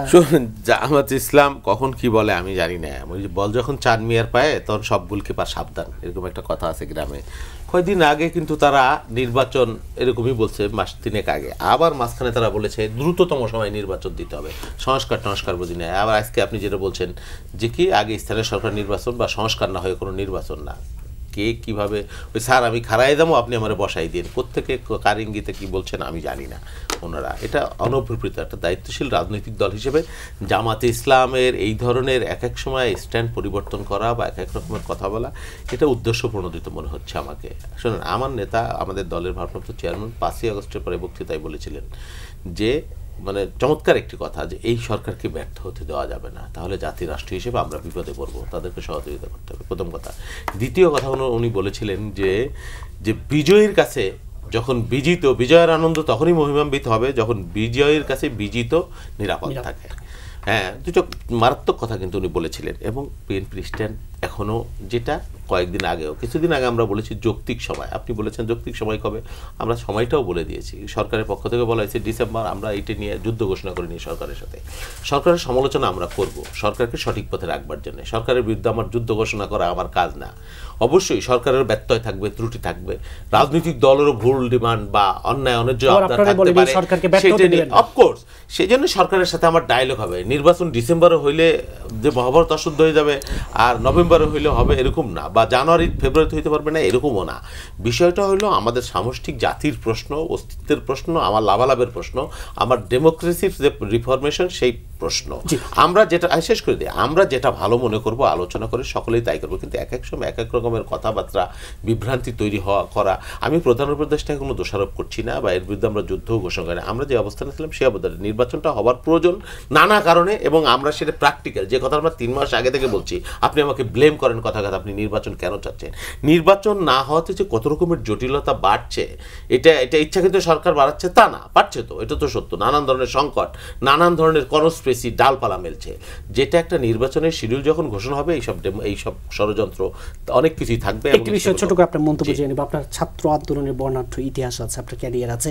স্বৈরাচার প্রতিরোধ দিবস আজকে যখন কথা বলছি 14 ফেব্রুয়ারি 1983, এই দিনে এরশাদ বিরোধী আন্দোলনের সময় এই জায়গাটিতে মনে আছে কিনা? শোনেন, একটু সময় যদি একটু দেন 2টা মিনিট, তাহলে আমি বলবো। এই যে আই এম নট আনহ্যাপি কে বলেছিল আপনি জানেন? এই যে আজকের যিনি আমাদের এই ফ্যাসিস্ট পালিয়ে গেলেন, কত কথা বলেন, 86 নির্বাচন, এর সাথে পতন হয়ে যেত 86 সালে। এই আওয়ামী লীগ, এই আওয়ামী লীগ সভানেত্রী ঘোষণা করলেন যে নির্বাচনে যারা যাবে জাতীয় বেঈমান হবে। এর সাথে দিনে গেলেন 24 আওয়ার্সের মধ্যে, পোল্টিবাজি। জামাতও তাদের সাথে ছিল ওই সময়ে। আপনার 96-এ জামাতের সাথে মিলে তারা আন্দোলন করলো।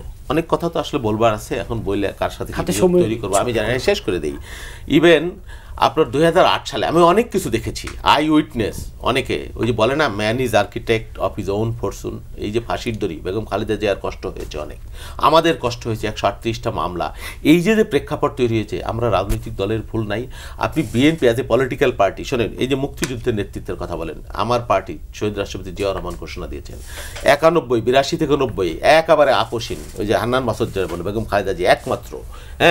তারপরে আপনি 2008 থেকে 111 বেগম খালেদা জিয়াকে বিদেশে পাঠাইতে পারলে ইতিহাস কিন্তু অন্যরকম। হাসিনা তার প্রতিদান কি দিল? হাসিনা কিন্তু আগেই পালাই চলে গেছে। এইবারের যে শাসন বেগম খালেদা জিয়া যদি মেনে নিতেন, ওনার চিকিৎসার জন্য কত আগে উনি বিদেশে চলে যেতে পারতেন। ওনার ছেলে বিদেশে এসে ভারপ্রাপ্ত চেয়ারম্যান আমার আরামে আয়েসে রাজপ্রাসাদে জীবনযাপন করতে পারতেন না? শহীদ জিয়াউর রহমানের পুত্র যদি বলেন আমি রাজনীতি করব না, তো যাই হোক, সেই জায়গাটার ডিফারেন্সটা আপনাকে বুঝতে হবে। গণতন্ত্রের জন্য, দেশের জন্য, মুক্তিযুদ্ধের জন্য কার কি ভূমিকা। এর জন্য আমি বলিনি আমরা মুক্তিযুদ্ধের নেতৃত্ব দিয়েছি, আমার আলাদা সুবিধা দিতে হবে, বা 90 আমরা নেতৃত্ব দিয়েছি, আলাদা সুবিধা দিতে হবে। 24-এও আমরা ছিলাম আপনাদের সাথে। জি, আব্দুল হান্নান মাসুদ, এই যে ডিসেম্বরে নির্বাচনের প্রস্তুতিও নিচ্ছে, রাজনৈতিক বাস্তবতা, নির্বাচন দ্রুতই হওয়া দরকার। আসলে হচ্ছে শুধু যে সরকার গঠন হলে, সংসদ হলেই যে হচ্ছে শুধু নির্বাচন হয়ে যায়, মানুষের এই বিশৃঙ্খলা থাকবে না সেটা না। আমি মনে করি স্থানীয় সরকারে জনগণের প্রতিনিধি না থাকার কারণে, স্থানীয় সরকারটা খালি থাকার কারণে এই বিশৃঙ্খলা। কারণ স্থানীয় সরকারই মানুষের কাছে পৌঁছায়। তো হচ্ছে এই যে আমরা মনে করি যে স্থানীয় সরকারের মধ্য দিয়ে একটা হয়ে যাক, পরীক্ষা হয়ে যাক, নির্বাচন কমিশন কিংবা সরকারের সক্ষমতা ধাপে ধাপে করে তারপর আমাদের জাতীয় সংসদ নির্বাচনের দিকে যাওয়া উচিত, এবং এর মধ্যে সংস্কারগুলোও হয়ে যাবে।